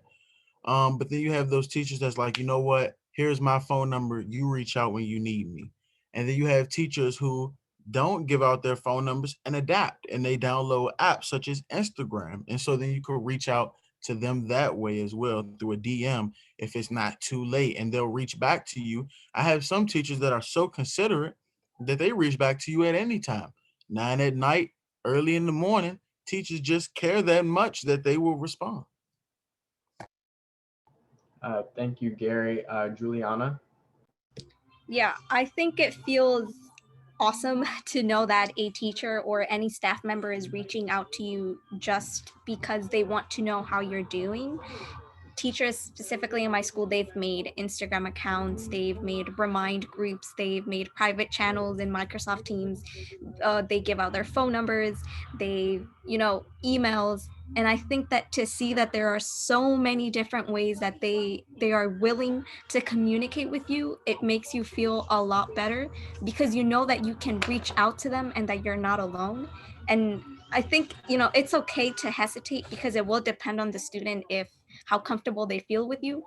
But to see that they're willing to reach out to you, I think it's kind of like that spark to a connection between the student and the teacher. And it will allow that initiative to form a better relationship and then, feel more comfortable to then talk about the little things that may at some point, emotionally impact you and affect your performance during distance learning. Thank you, Juliana. And I see that there's additional questions in the chat box, and you guys have been doing an amazing job at answering there. So I encourage you guys to continue with that. Thank you for all the panelists for giving all of your insight on that, as well as thank you, China, Walker, and Leah. We will now hear from Alyssa Richardson, Jr. at Duke Ellington School of the Arts High School, and Reagan Allvin, Jr. at Wilson High School, who will discuss their own experience with synchronous and asynchronous classes. Then we will hear from Winston Wardlaw, who will discuss testing and standardized testing during distance learning. Alyssa, you can start. Okay, I'm gonna go stuff down. So I wanted to just start off by saying, I'm Alyssa Richardson. I'm a junior and I attend Duke Ellington School of the Arts, and I'm in the vocal music department. So normally when we're in school physically, we're able to do a lesson while simultaneously getting our classwork done, meaning we're actively learning something while actively getting the classwork done. With distant learning, that has changed. What I'm noticing is we're not able to actively complete our work while we're in our synchronous classes. And it's almost like, I mean, for example, if I step away from my computer for like 30 seconds to go get a bottle of water, or like if I step away from my computer for a couple of seconds to go get something and I come back, you feel so behind. You don't know what's going on, because of the communication barrier that's caused by just technology not getting that actual like real connection and like communication with people. So yeah, we're staring at computer screens all day, and it's really hard for students to focus on completing their classwork when they're trying to learn what they're trying to learn in our synchronous classes, which is something we already talked about earlier. But when we're given classwork, that usually is supposed to be done in class. And now we're noticing that that's not what's going on. These synchronous classes are taking up the majority of the school day, and with virtual learning, students have less class time to actively do the classwork that we would do in our buildings. And the issue is the workload amount is not adjusting to the time deficit. So I could see if, okay, since you all have less class time, we're going to give you less work, but no, it's the same. And that's where the problem is starting, because students are given the same amount of work as they would be given in the school building with less time to actually do that. Um, sorry, reading something. Oh, another thing is sometimes a lot of teachers, they go over their designated time, and so like a lot of people have said, we're given our classwork like at the end of the period. And so if we're given our classwork at the end of the period, but then you go into our asynchronous time, then now we have less time to actually do the classwork. And so that when that continues to happen on and on and on, we're actually doing our classwork for homework on top of the homework that we're actually being given. And so it just makes it where we just feel like we're drowning in work, because teachers are going into the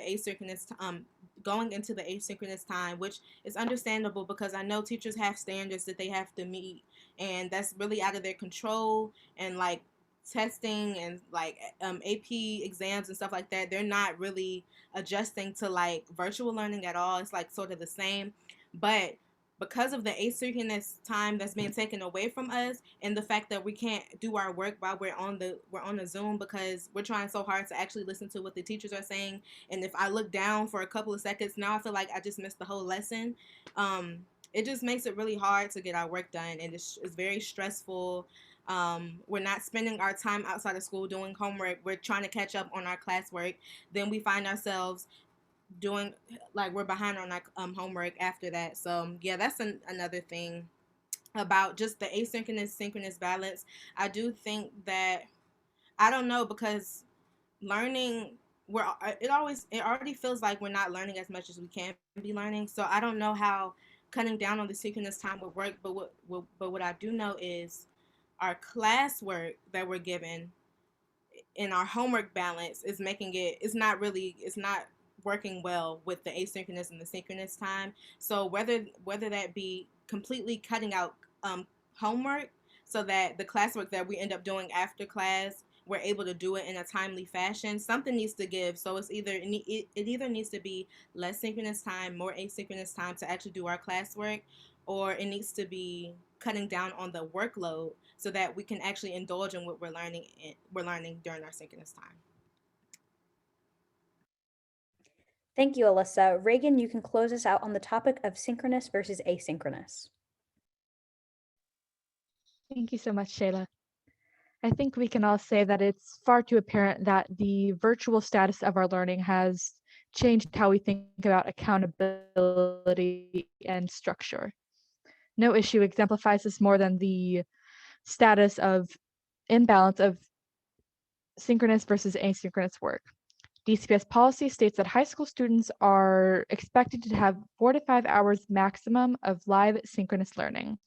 However, many courses use the excuse that their advanced content places them above guidelines, and those classes will add up to 6.5 hours of the day to 7 hours of the day being taken up sitting in front of a screen.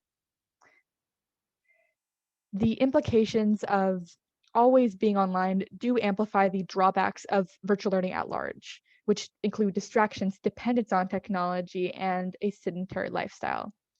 Being seated all day leads to a decline in both the mental and physical state of both students and teachers, which I would like to say should be kept at a bit of a priority during this time. Had DCPS not enforced asynchronous Wednesdays, I think that we would see this detriment be far more potent. In addition, the constant reliance on technology does put students with weaker bandwidths and those with more outdated technology at a risk that is completely out of their control. This is not to say that synchronous learning doesn't have merit, because being able to learn in front of a screen, looking into your teacher's face and being able to communicate with them, it does provide the ability for better comprehension and that essential connection to be made with students and teachers. What this is trying to say is that as a DC community, we do have to make sure that accountability and fairness is restored in terms of our balance, because especially at a time like this, balance is not a bonus and is not an afterthought. It is most definitely a necessity. Thank you for having me. Thank you, Reagan. Now we will have Winston as our first and only speaker on testing and standardized testing. Winston, you can go ahead. Okay, thank you. So I wrote a little testimony, and actually last week, last Friday, our school let us know that seniors wouldn't be taking IB exams, but in preparations for that announcement, many students were like making documents to like explain why they didn't want to have a huge test at the end of the year. So that's kind of already letting people know that students don't care for standardized tests, but I wrote a little something. So from my experience at school during distance learning, I believe that standardized tests should not be distributed. For many students, the past year has included trying to balance school and the current events happening around the world. In no way has the past year been normal from previous years, which is the reason why many students have been experiencing stress. And according to scientific research, stress has a significant impact on students encoding, storing, and retrieving, which are important stages in memorizing information, which are used during standardized tests. And according to research from EdSurge, retention rates on online classes are consistently lower, reportedly 5 to 35% lower than retention rates for in-person classes.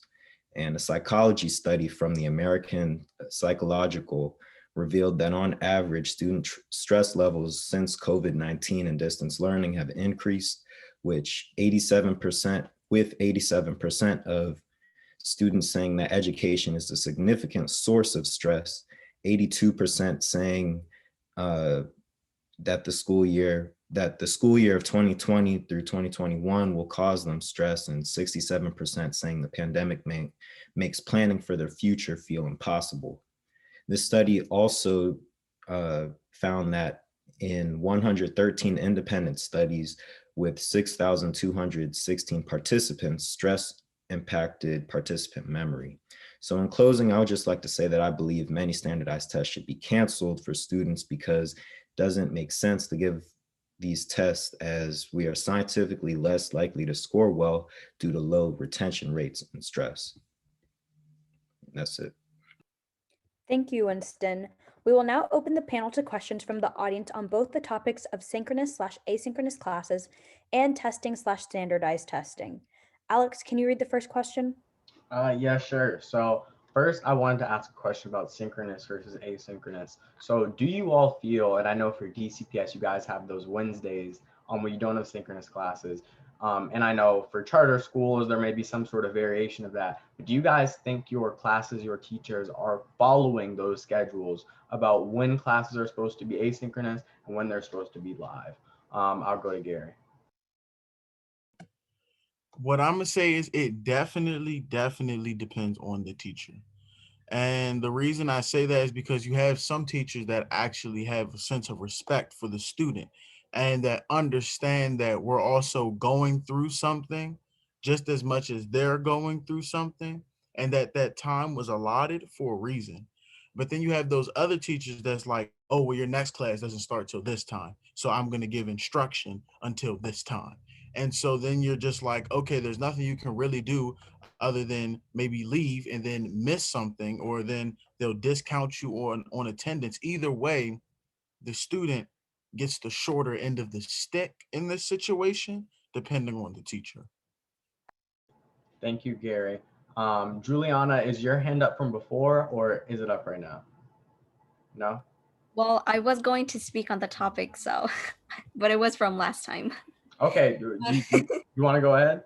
Yeah, sure. Okay, sure. So Wednesdays, like Gary was saying, definitely does depend on the teacher, but I think that in terms of the asynchronous versus asynchronous time, there are some classes that might need to go into the asynchronous time because they have material that needs to be deeply covered for a student to completely understand it. So I think that would be acceptable. However, at Czech, I know that most of my teachers, so Wednesdays are more like an enrichment. We have like enrichment blocks, and some of them are focused on blocks where we can get help for certain classes. And I think that when students take advantage of that and teachers are willing to give that time, it is definitely valuable and very helpful.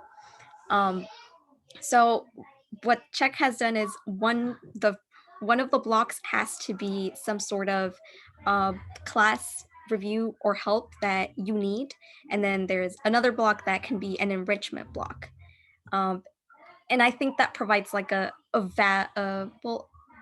balance in between the academics and something that could be outside of it to kind of have the rest of the day to relax.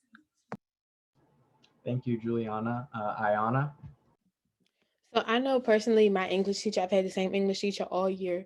And last semester, since we were fully virtual, she would do like Mondays would be asynchronous days. So we would read like a chapter or a couple pages, whatever she assigned of the book that we were on or whatever. And then we would reply to a discussion post, and the discussion post would just be like, pick 3 quotes that stood out to you, look up a definition of something and find a quote or something that matches that definition in the book.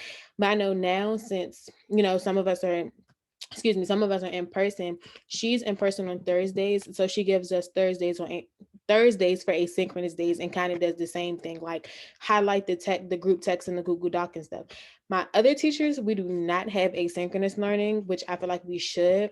Some, like Juliana said, some classes you do need to be like actually in the class for instruction to understand, but I feel like us being in the same class all day every day, especially with my school and how many classes we have a day, we don't have breaks. I only get 1 asynchronous period a week, and especially since we were in the building once a week, we did not take every class every day. We had longer breaks, and we also had once a week we had a class called citizenship, which was basically a study hall period where you took the time to sat in a room, took the time to go check in with teachers that you need to check in with. You have tutoring from older students, relax, miss the work and stuff like that. And I feel like, especially during these times, this should have been kept in place of our schedule. Thank you, Iyana. And this is a question regarding testing/standardized testing. I want to know, do you feel as students that the premise of standardized testing hinders the actual flow of gaining knowledge within your classes? Reagan, you can go ahead.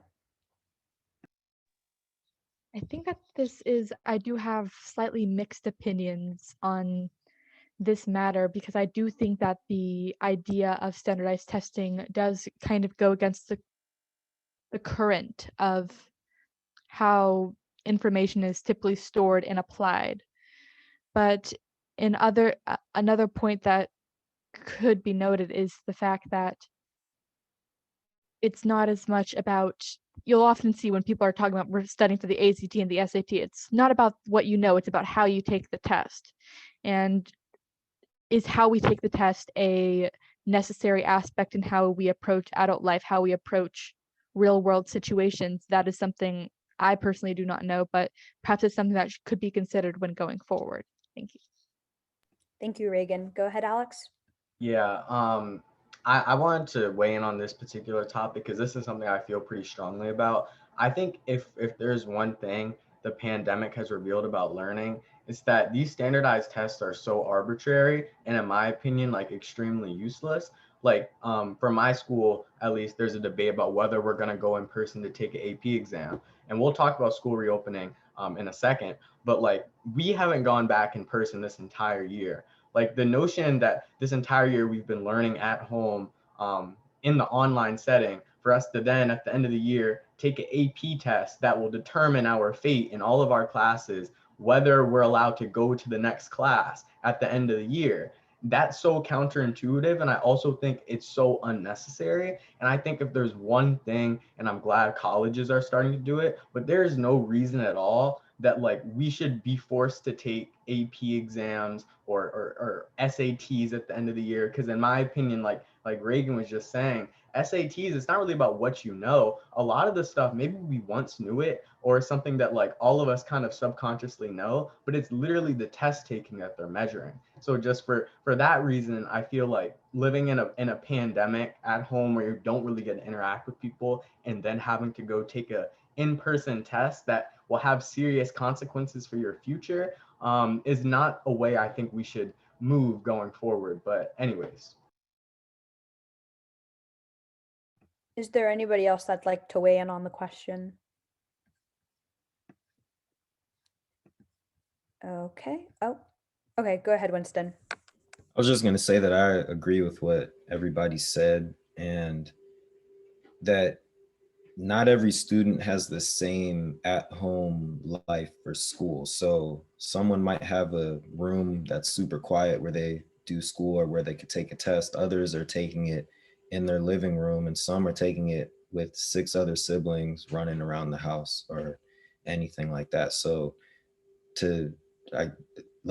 just learning in general has not been the same for everybody. And then to expect students to perform well on a test at the end of the year over like everything that they've supposedly learned over Zoom is just not fair and doesn't make any sense. Thank you, Winston. There has been a question posted in the chat by Paige Valise Gilbert. She wanted to know, what would your ideal school schedule look like? Please speak to the current DL situation, what you hope we change for next year. Does some DL work? What about 4 classes versus 8 on the A/B schedule? And Iyana, you can go ahead and take that, and then that will be followed by Reagan. So I feel like personally in my school, we've established I have like 8 classes a day, which is ridiculous, no break. I feel like in my school, we even like China can talk more about this if she wants to, but my school, like the SGA, they even sent out like a petition to do AB days, so our days are not as packed as they are now.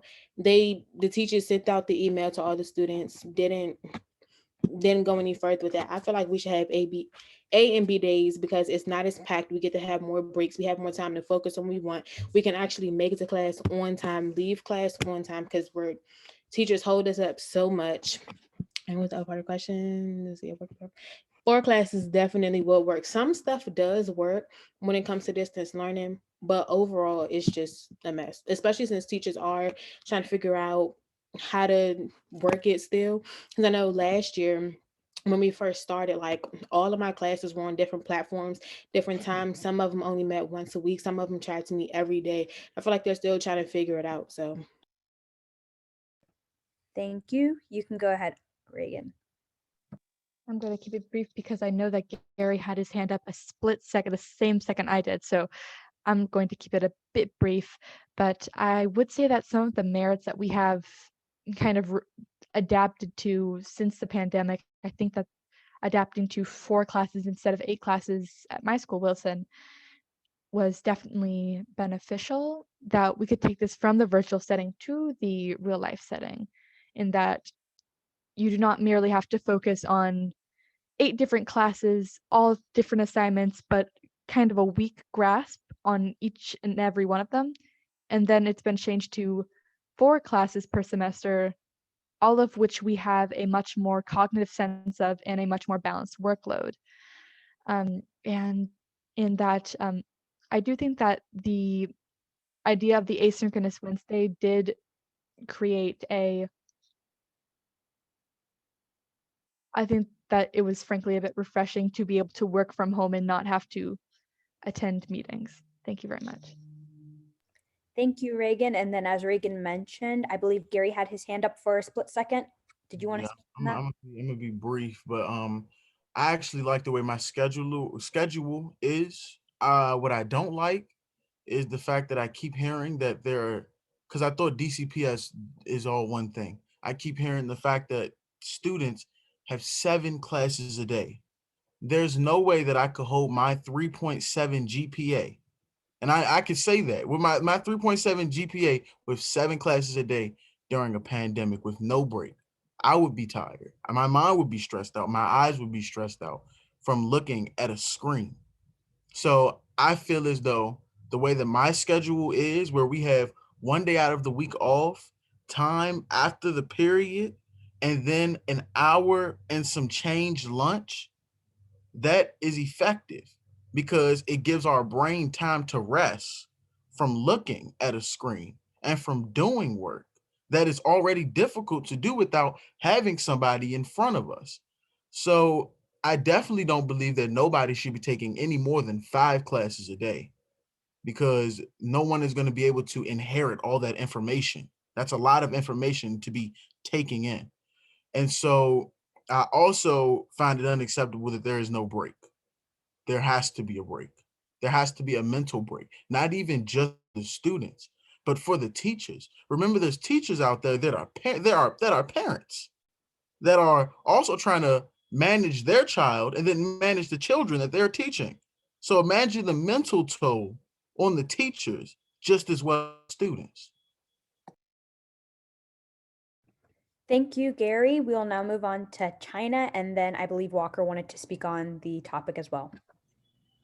So as Iyana was saying about the A and B days petition that was started through the SGA at Bard, we had a student in my in my class had came to me about like starting a petition because she felt that the workload and the time in the day that we were spending on work was too much. But I had presented it to the DCPS Chancellor Board, which I'm a part of, about the A and B days, and it wasn't able to work out. So we had changed it about like we'll be able to leave for early dismissal for our classes, like if we was to understand the lesson, or if the teacher knows that the student is understanding the topic that they're learning about, the student can be like, oh, can I leave class and just complete the work and turn it in? And then like say they got to go help their siblings or go do something for their family members or go run some errands for their parents, they can go do that when they're done with their work. And a lot of people brought it up to me that like sometimes it's hard to manage doing their work while also trying to help their siblings with their work and controlling their siblings and making sure they're at their screen doing their work as well. And like people have to understand that everybody's life isn't the same. People got stuff to do. Their parents are at work and they're the oldest and they got to take care of their younger siblings. And they also have they have jobs, like the 12th graders. They may have jobs and they got to go back and forth and do their jobs and do different things. So we have to have some type of leeway for these students. And it can't just be come to class, do your work. Like it has to be something where a student can have space. Thank you, China. And Walker, you can go ahead. Yeah, I found that Wilson had an even odd schedule when we were in person, and I found that the 4x4 schedule has worked really well for distance learning. I felt that it was absolutely like made it 100% more manageable to do 4 classes each semester. My one worry, and this has been echoed by a lot of my friends, is AP exams, because I took my AP Gov class first semester. And so there's like, obviously, we can study for it and everything, but there's definitely going to be a difference in how I would take the AP Gov exam like now versus if I had taken the class this current semester. And so while I think that the 4x4 schedule is overall a good thing for distance learning, I think when we transition back into in-person learning, whenever that may be, I think that it's not something that we can sustain, just because as AP exams come back into the like back into focus, it's just not something that's going to be easily manageable for AP students. Okay, thank you, Walker. I want to ask one more question to you all, which is many studies show that standardized tests discriminate against minority and low-income students by design. In a year where the pandemic has already shown light on what has been a significant difference in resources and funding available to students, what benefit could the added stress of testing have? I guess that's less of a question, more does anyone want to have any last remarks? All right, cool. So now we are on our last topic, which is school reopening. And we are going to have our final speakers now, and they will be Londyn Napper, who is a junior at Wilson, Luke Johnson, who is a junior at Basis, and then Gary Murray, a junior at Dunbar. So Londyn, you are free to go first. Okay, good evening, everyone. My name is Londyn Napper. I am a junior at Wilson High School. And personally, this entire school reopening thing has been, like, I would say out of this world, personally, because I've already went back to school twice so far, because my school schedule is set up that depending on the class, or depending which day of the week you will go to school, and then depending on if your class period is before or after lunch, will determine which half of the day you're in school. And overall, because I'm more so of a hands-on and a virtual learner, it is amazing for me. However, there are so many downsides to it, such as me making sure my family and I stay protected and not becoming sick from COVID, but then also making sure the people around me at the school are also doing what they're supposed to do. But then there's also many parents that feel as though, like, no matter what, they just don't want their student in school, maybe even if they need it, and I understand it. But going to school, it's pretty nerve-wracking because you're like, you know what's going on, and you remember how tragic things were the last time you were in school. And honestly, I really don't have a word to describe it, because yes, I'm excited to be back in school. Yes, I'm excited to get the opportunity to get the hands-on learning and to interact with people in class and with my teacher, and to finally not just have all of my classes be through a computer screen. I finally got to meet a new teacher that I have. But then it's somewhat like, but what if I go home, or what if I never know someone? Because you never know, like, everyone's everyday life isn't the same. So you never know who they're around, or how many times they may have to leave out the house, or even if they have younger siblings that go to school every day with way more students than we do. Because in my school, it's no more than 4 of us in a class at a time. And it's just, I don't really know how to explain it.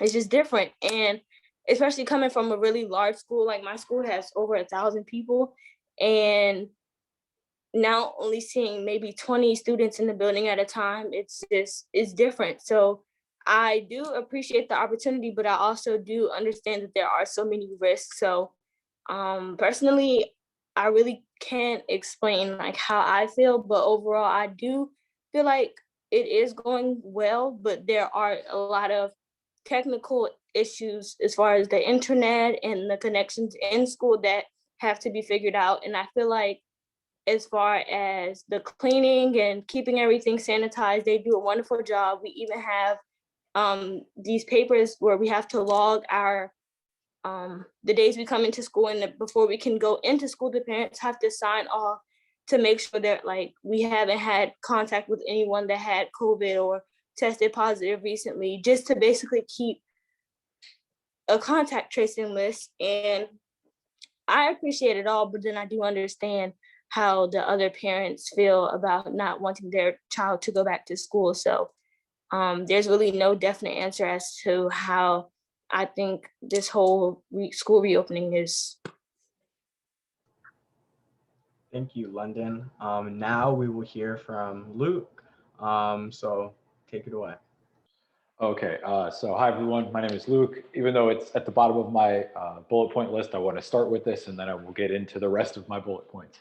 Because we've already discussed it a lot so far, AP testing is a really complicated thing for students who are taking a lot of APs. I personally am taking a lot of APs, and I am rather worried about the prospect of it all. One thing to just straight up say though is that I don't necessarily hate the idea of taking our classes or our APs in person, but if that's going to be the case, it is going to be difficult for all of us to make that adjustment. And I think I'm speaking for everybody that we would just like a clear answer, a clear message from College Board, from our schools, from our schooling systems, what's going to happen. Because the later that that happens, it's more like we come into that issue of we're verifying what we're supposed to do on the assignment versus actually learning what's on the assignment. And in this sense, it'll be, we're trying to figure out how we're going to take the test before we even figure out what we're going to do on the test and how we're going to demonstrate our knowledge on the test. And if that ends up being what it is just figuring out how we're going to take the test in order to get a good grade and being able to guess that correctly, you know, there's a lot of words that I could use to describe that, and very few of them would be, you know, appropriate for this discussion. So that's just a quick point on that. But now I'm actually going to discuss some of the more specific ideas. So thank you, Alex and Shayla, for giving me the chance to speak. My name is Luke. I'm a junior at Basis DC, and so I'm going to talk for a few minutes about DC reopening. I'm hoping to be sort of free-flowing. I don't have a super specific speech planned out. If you heard me speak last time, my goal is to represent opinions of fellow students in addition to my own, or at least that's my hope. So I asked some students, many students actually, and the few who spoke to me about their experiences being back in school have allowed me to craft some sort of response to this prompt. So as I'm sure many of you know, in-person learning for DC schoolers has resumed. The first of this month was the general time that high schoolers got in a very limited capacity. President Biden pledged to reopen most schools within his first 100 days, and it seems like he's on track for that, provided that the conditions that the CDC provided are met. Vaccinations for school staff began on January 25th. It seems to be pretty well underway. Masks and temperature checks are being used, and the CDC's 5 key strategies to reopening schools, which include hand washing, masking, social distancing, cleaning, ventilation, as well as contact tracing, isolation, and quarantine, all things we've heard a million times. They're being followed as well as they can, to my knowledge. I have spoken to a few people who have been in school. Londyn spoke to how it's going well earlier. So there is definitely that. Each school went through the checklist. They've identified the PPE that needs to be used, cleaning protocols, sufficient desk space that encourages and provides social distancing, all of the necessary materials that are needed so far. For students with family members who have for students with family members who have conditions or age that would put them at risk, there are definitely worries about going back into school. Multiple students I spoke to said that they would be unable to feel safe back in school, one of which has a rather rare lung condition and another one who has asthma. Others who have family members with heart or lung conditions specifically have also spoken to similar anxieties, but for their family members rather than for themselves. On the other hand, I've also spoken with students and also just heard Londyn speak about this, who have felt that their learning experience has been much better due to the reopening in terms of their capacity to focus and their ability to get more personalized and active help from teachers. The current system seems to be rather solid to me. My younger sibling has gone to in-person learning, and our school has reported one case that was not spread to anyone. And for that reason, I feel very safe about it, much more so now than before my sibling went to the school. I would caution, however, against getting much further into our reopening process yet. For one, teachers have not been fully vaccinated. I know of at least one teacher that when I was writing this like a week ago, writing on my bullet points a week ago, so I guess a week ago by now, who had just gotten their first one. So we have to keep in mind that health and safety for our students is just as important for health and safety for our staff members and for our teachers. Bringing more kids in also puts teachers and students in more risks than they need to be. So it's not a necessity for now, and therefore it shouldn't be put in too heavily. I guess a counter argument that could be made to that point is that the element of socialization, especially at our age, is super important. But I know that most students are having very active social lives. And unfortunately, a great many of us are definitely not following CDC guidelines while doing so. I don't want to cast a moral judgment on those actions. However, to the many of us who seem to imagine that we can have a bubble of 10 or more friends that we don't wear masks with and don't obey CDC guidelines with, you're probably wrong in that assumption, and you are putting your family at risk by doing so. You're also, if you were to go back into school, putting all of your classmates at risk and all of your teachers at risk further than it needs to be. I want to stress that those students, while I don't have any vitriol directed towards them, any hate directed towards them, I have worry directed towards them, and they do exist. I don't want to get too far into this though. This is the value of having a strict speech rather than going off of bullet points, but I digress. So my last point is just going to be that a sentiment that I've heard a few times, and especially today, it seems has also backed that up. It seems very reasonable. I definitely can see myself agreeing with it in many ways.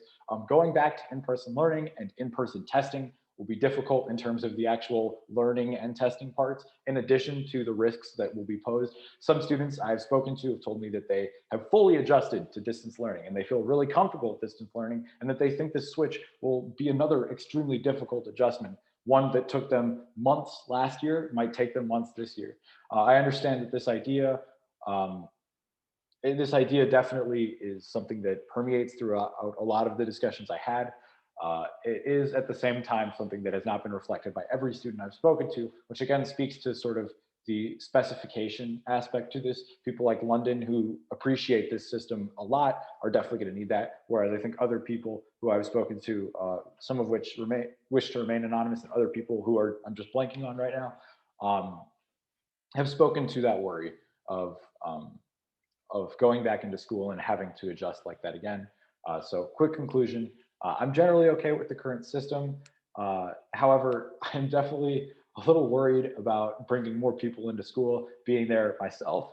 I went to school to take the PSAT a few weeks back, and I found that while I was able to mostly avoid coming within 6 feet of other students who, as I said, I am very aware that some of these students, I know specifically some of these students who are not obeying the CDC guidelines and who have not gotten vaccinations, who are not being safe, that there were choke points where I was within 6 feet of them and they weren't exactly the safest in any capacity.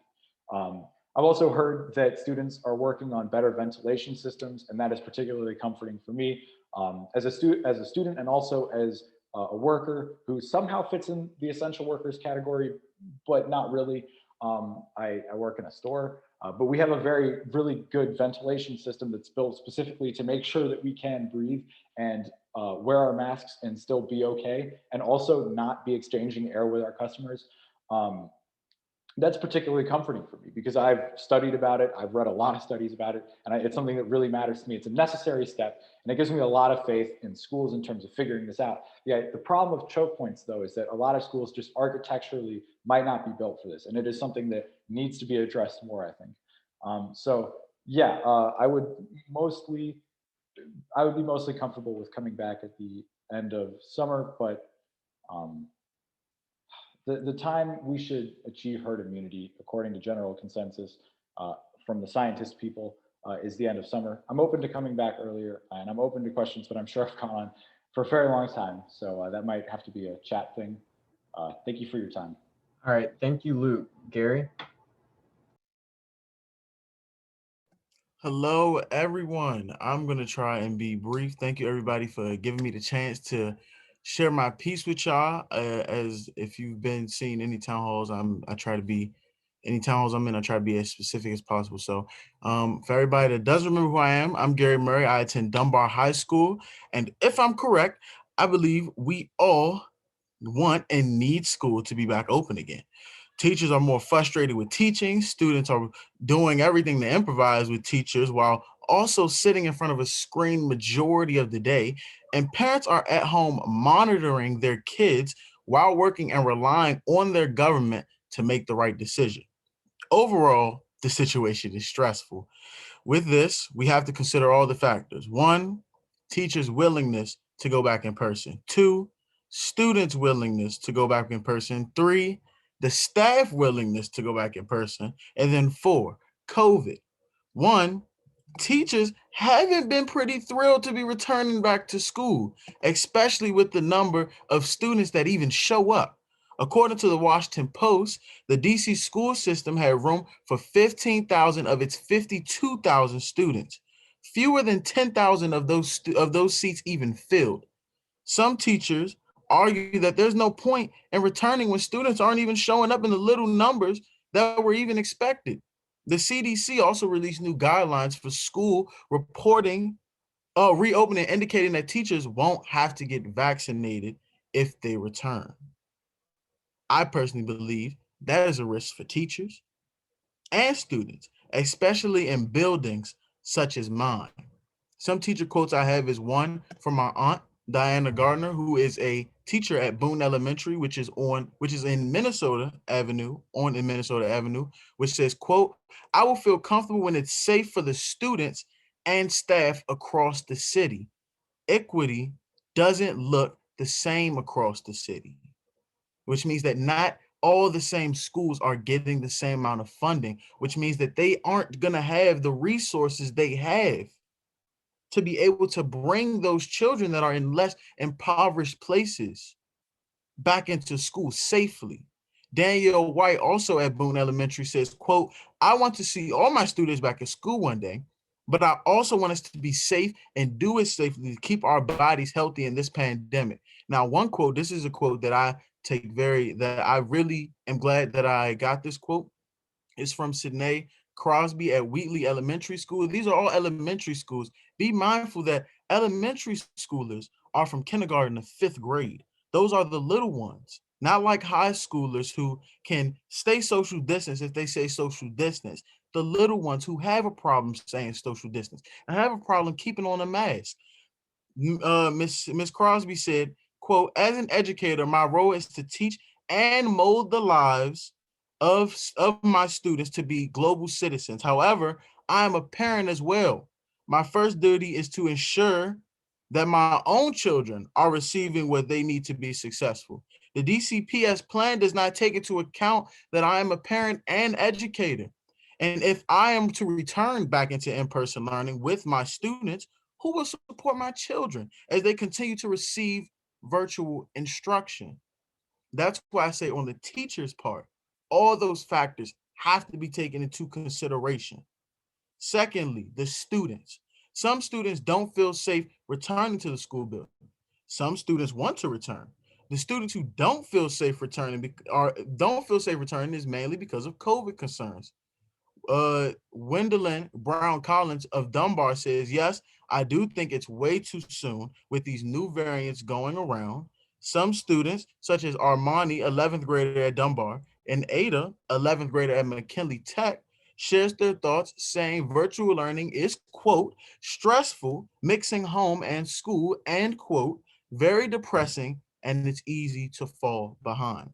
So clearly students are having a mental issue, and students are also having concerns about their physical being as they return to school. The third thing, staff.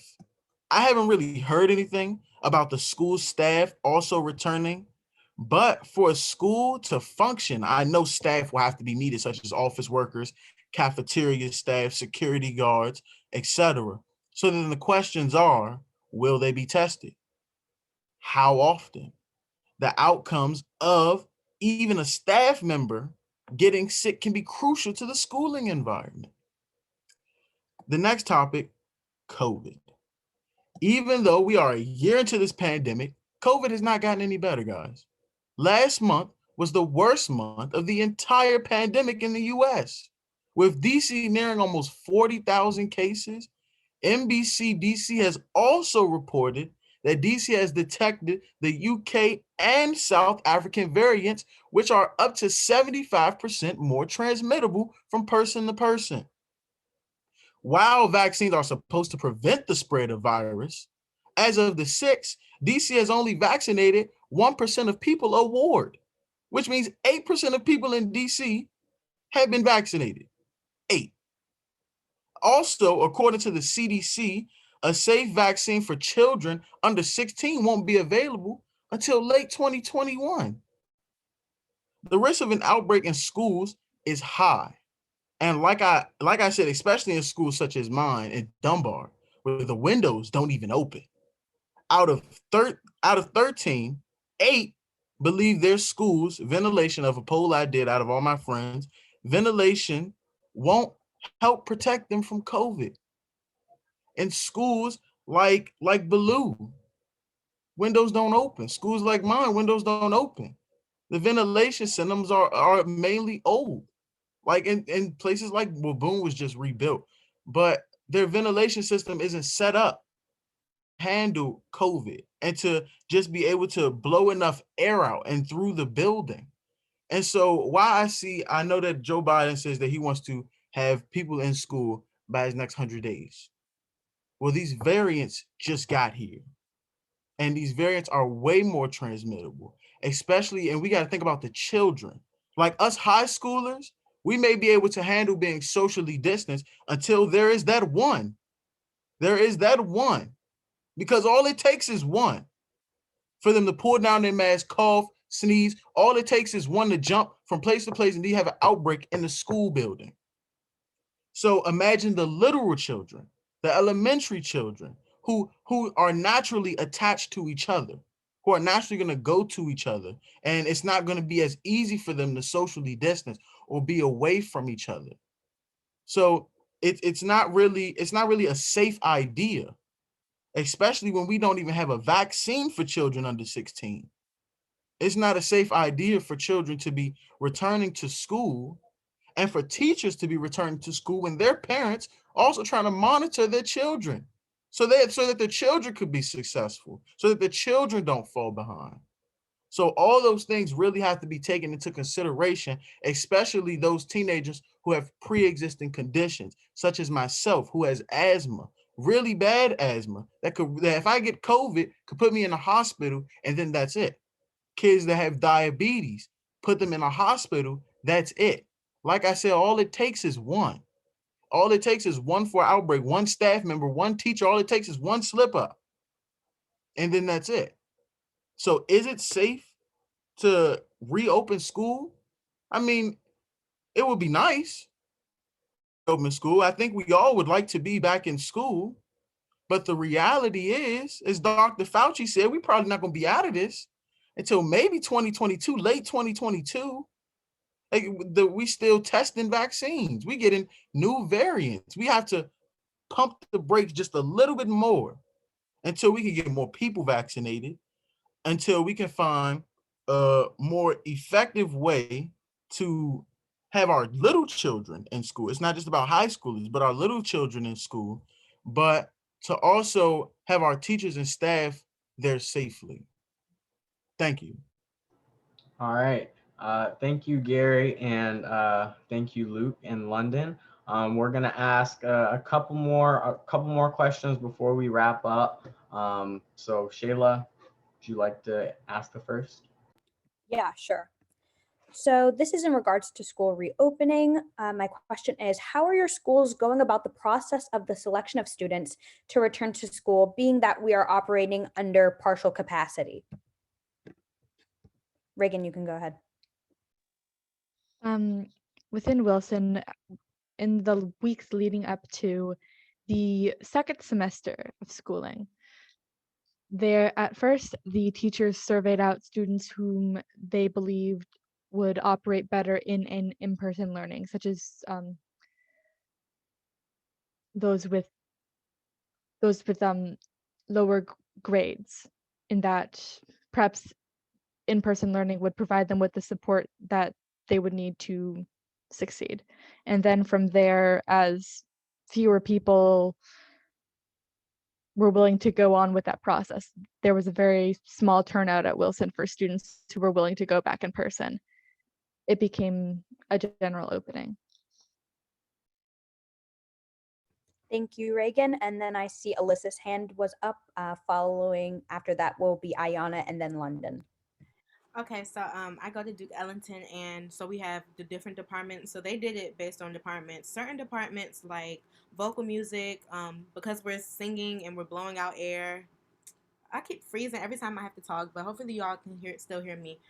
Certain departments like vocal music cannot go back because we're singing, producing air particles. It's very hands on. We can't go back. The instrumental department, the ones that do woodwinds and stuff, they're blowing air COVID particles out. They can't go back to school. And I think like the dance department can't really go back. So there's certain departments that can go back and certain ones that don't. And I think they're mainly prioritizing the juniors and seniors. But yeah, so that's how my school is going about it based on departments. Certain departments, it's just like you totally can't go back. And then they also are prioritizing people with special needs, things like that, students like that who would do better in being in school setting. So that's how my school is doing it. They're doing certain departments cannot go back because it's just not even really, you're not even able to safely do your art. Thank you, Alyssa. Iyana, you can go ahead. I know my school, I go to bar. I know my school personally, they're doing they try to do it like who's failing like core classes and stuff to go back once a week. 9th grade, 10th grade, like go back one day at a time, like one grade each day in that order. Kind of like based on like who's failing in your core classes and what classes you need more help in. They're doing it like that. But I think classes are not that full. Most people I know that were offered a spot didn't take it. I seen one class and it was only like 5 people. So I don't think that many people went back. Thank you, Iyana. We'll have Londyn, and then that will be followed by Juliana. So Reagan pretty much explained the main part of it, but after they realized like that many people weren't going to come back, they did more so of a survey. And so I got a survey for my physics class.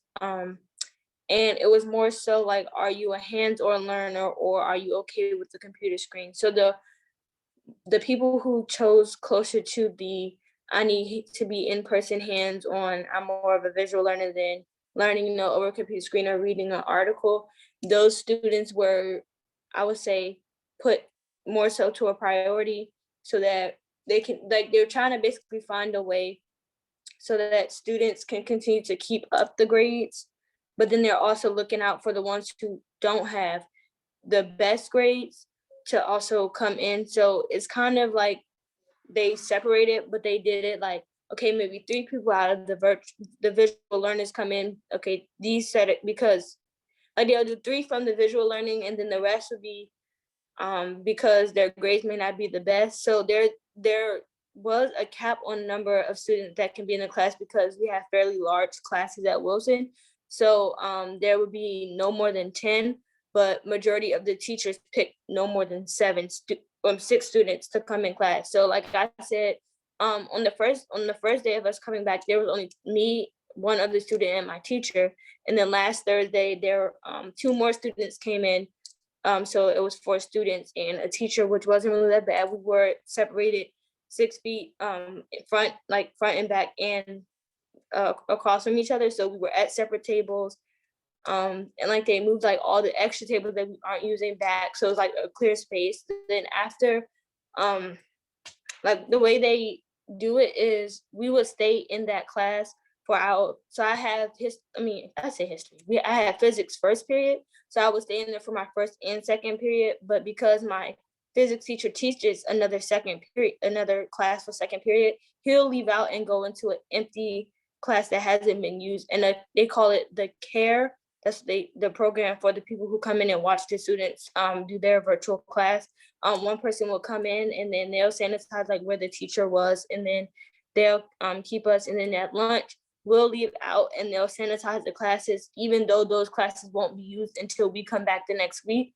So we have to be gone the first half of the day. We have to be gone by 12:25, and the second half of the day, students come in at 1:10, so that way they can still have lunch, but is no like possible way for us to cross paths with each other or for too many people to be in the building at a time.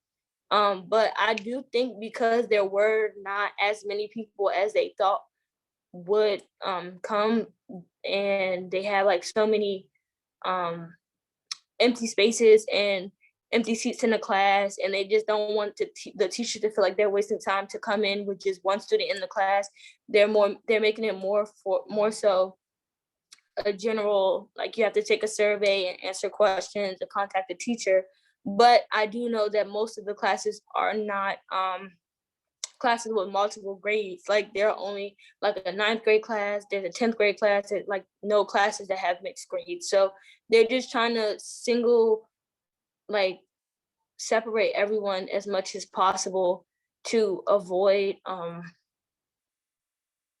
cross-contamination. And like I said earlier, with the logs that we have to fill out, like if your parent does not sign that paper in the beginning before you walk into the building, you will have to go home. Like they won't allow you to come in.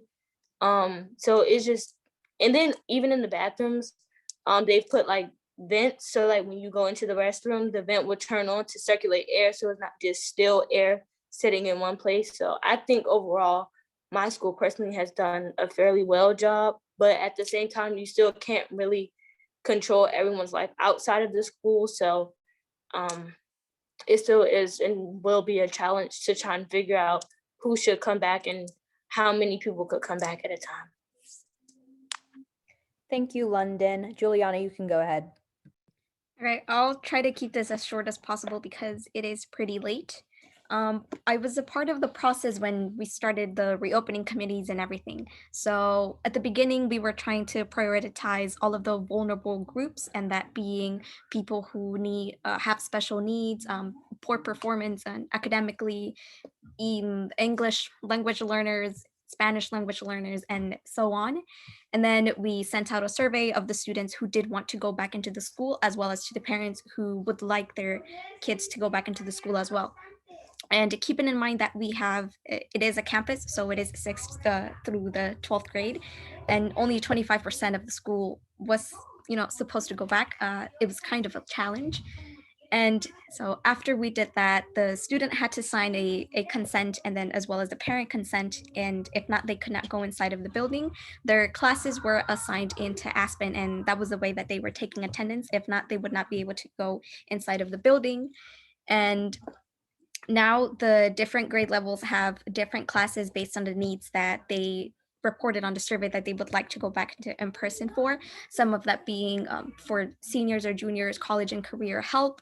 Others, such as academic performance for an AP class or their English 2 or whatever their need was. But they do have like their certain schedules that they need to go, and they're only allowed to go in waves into the building. So they have a set time that they will have to go into the building.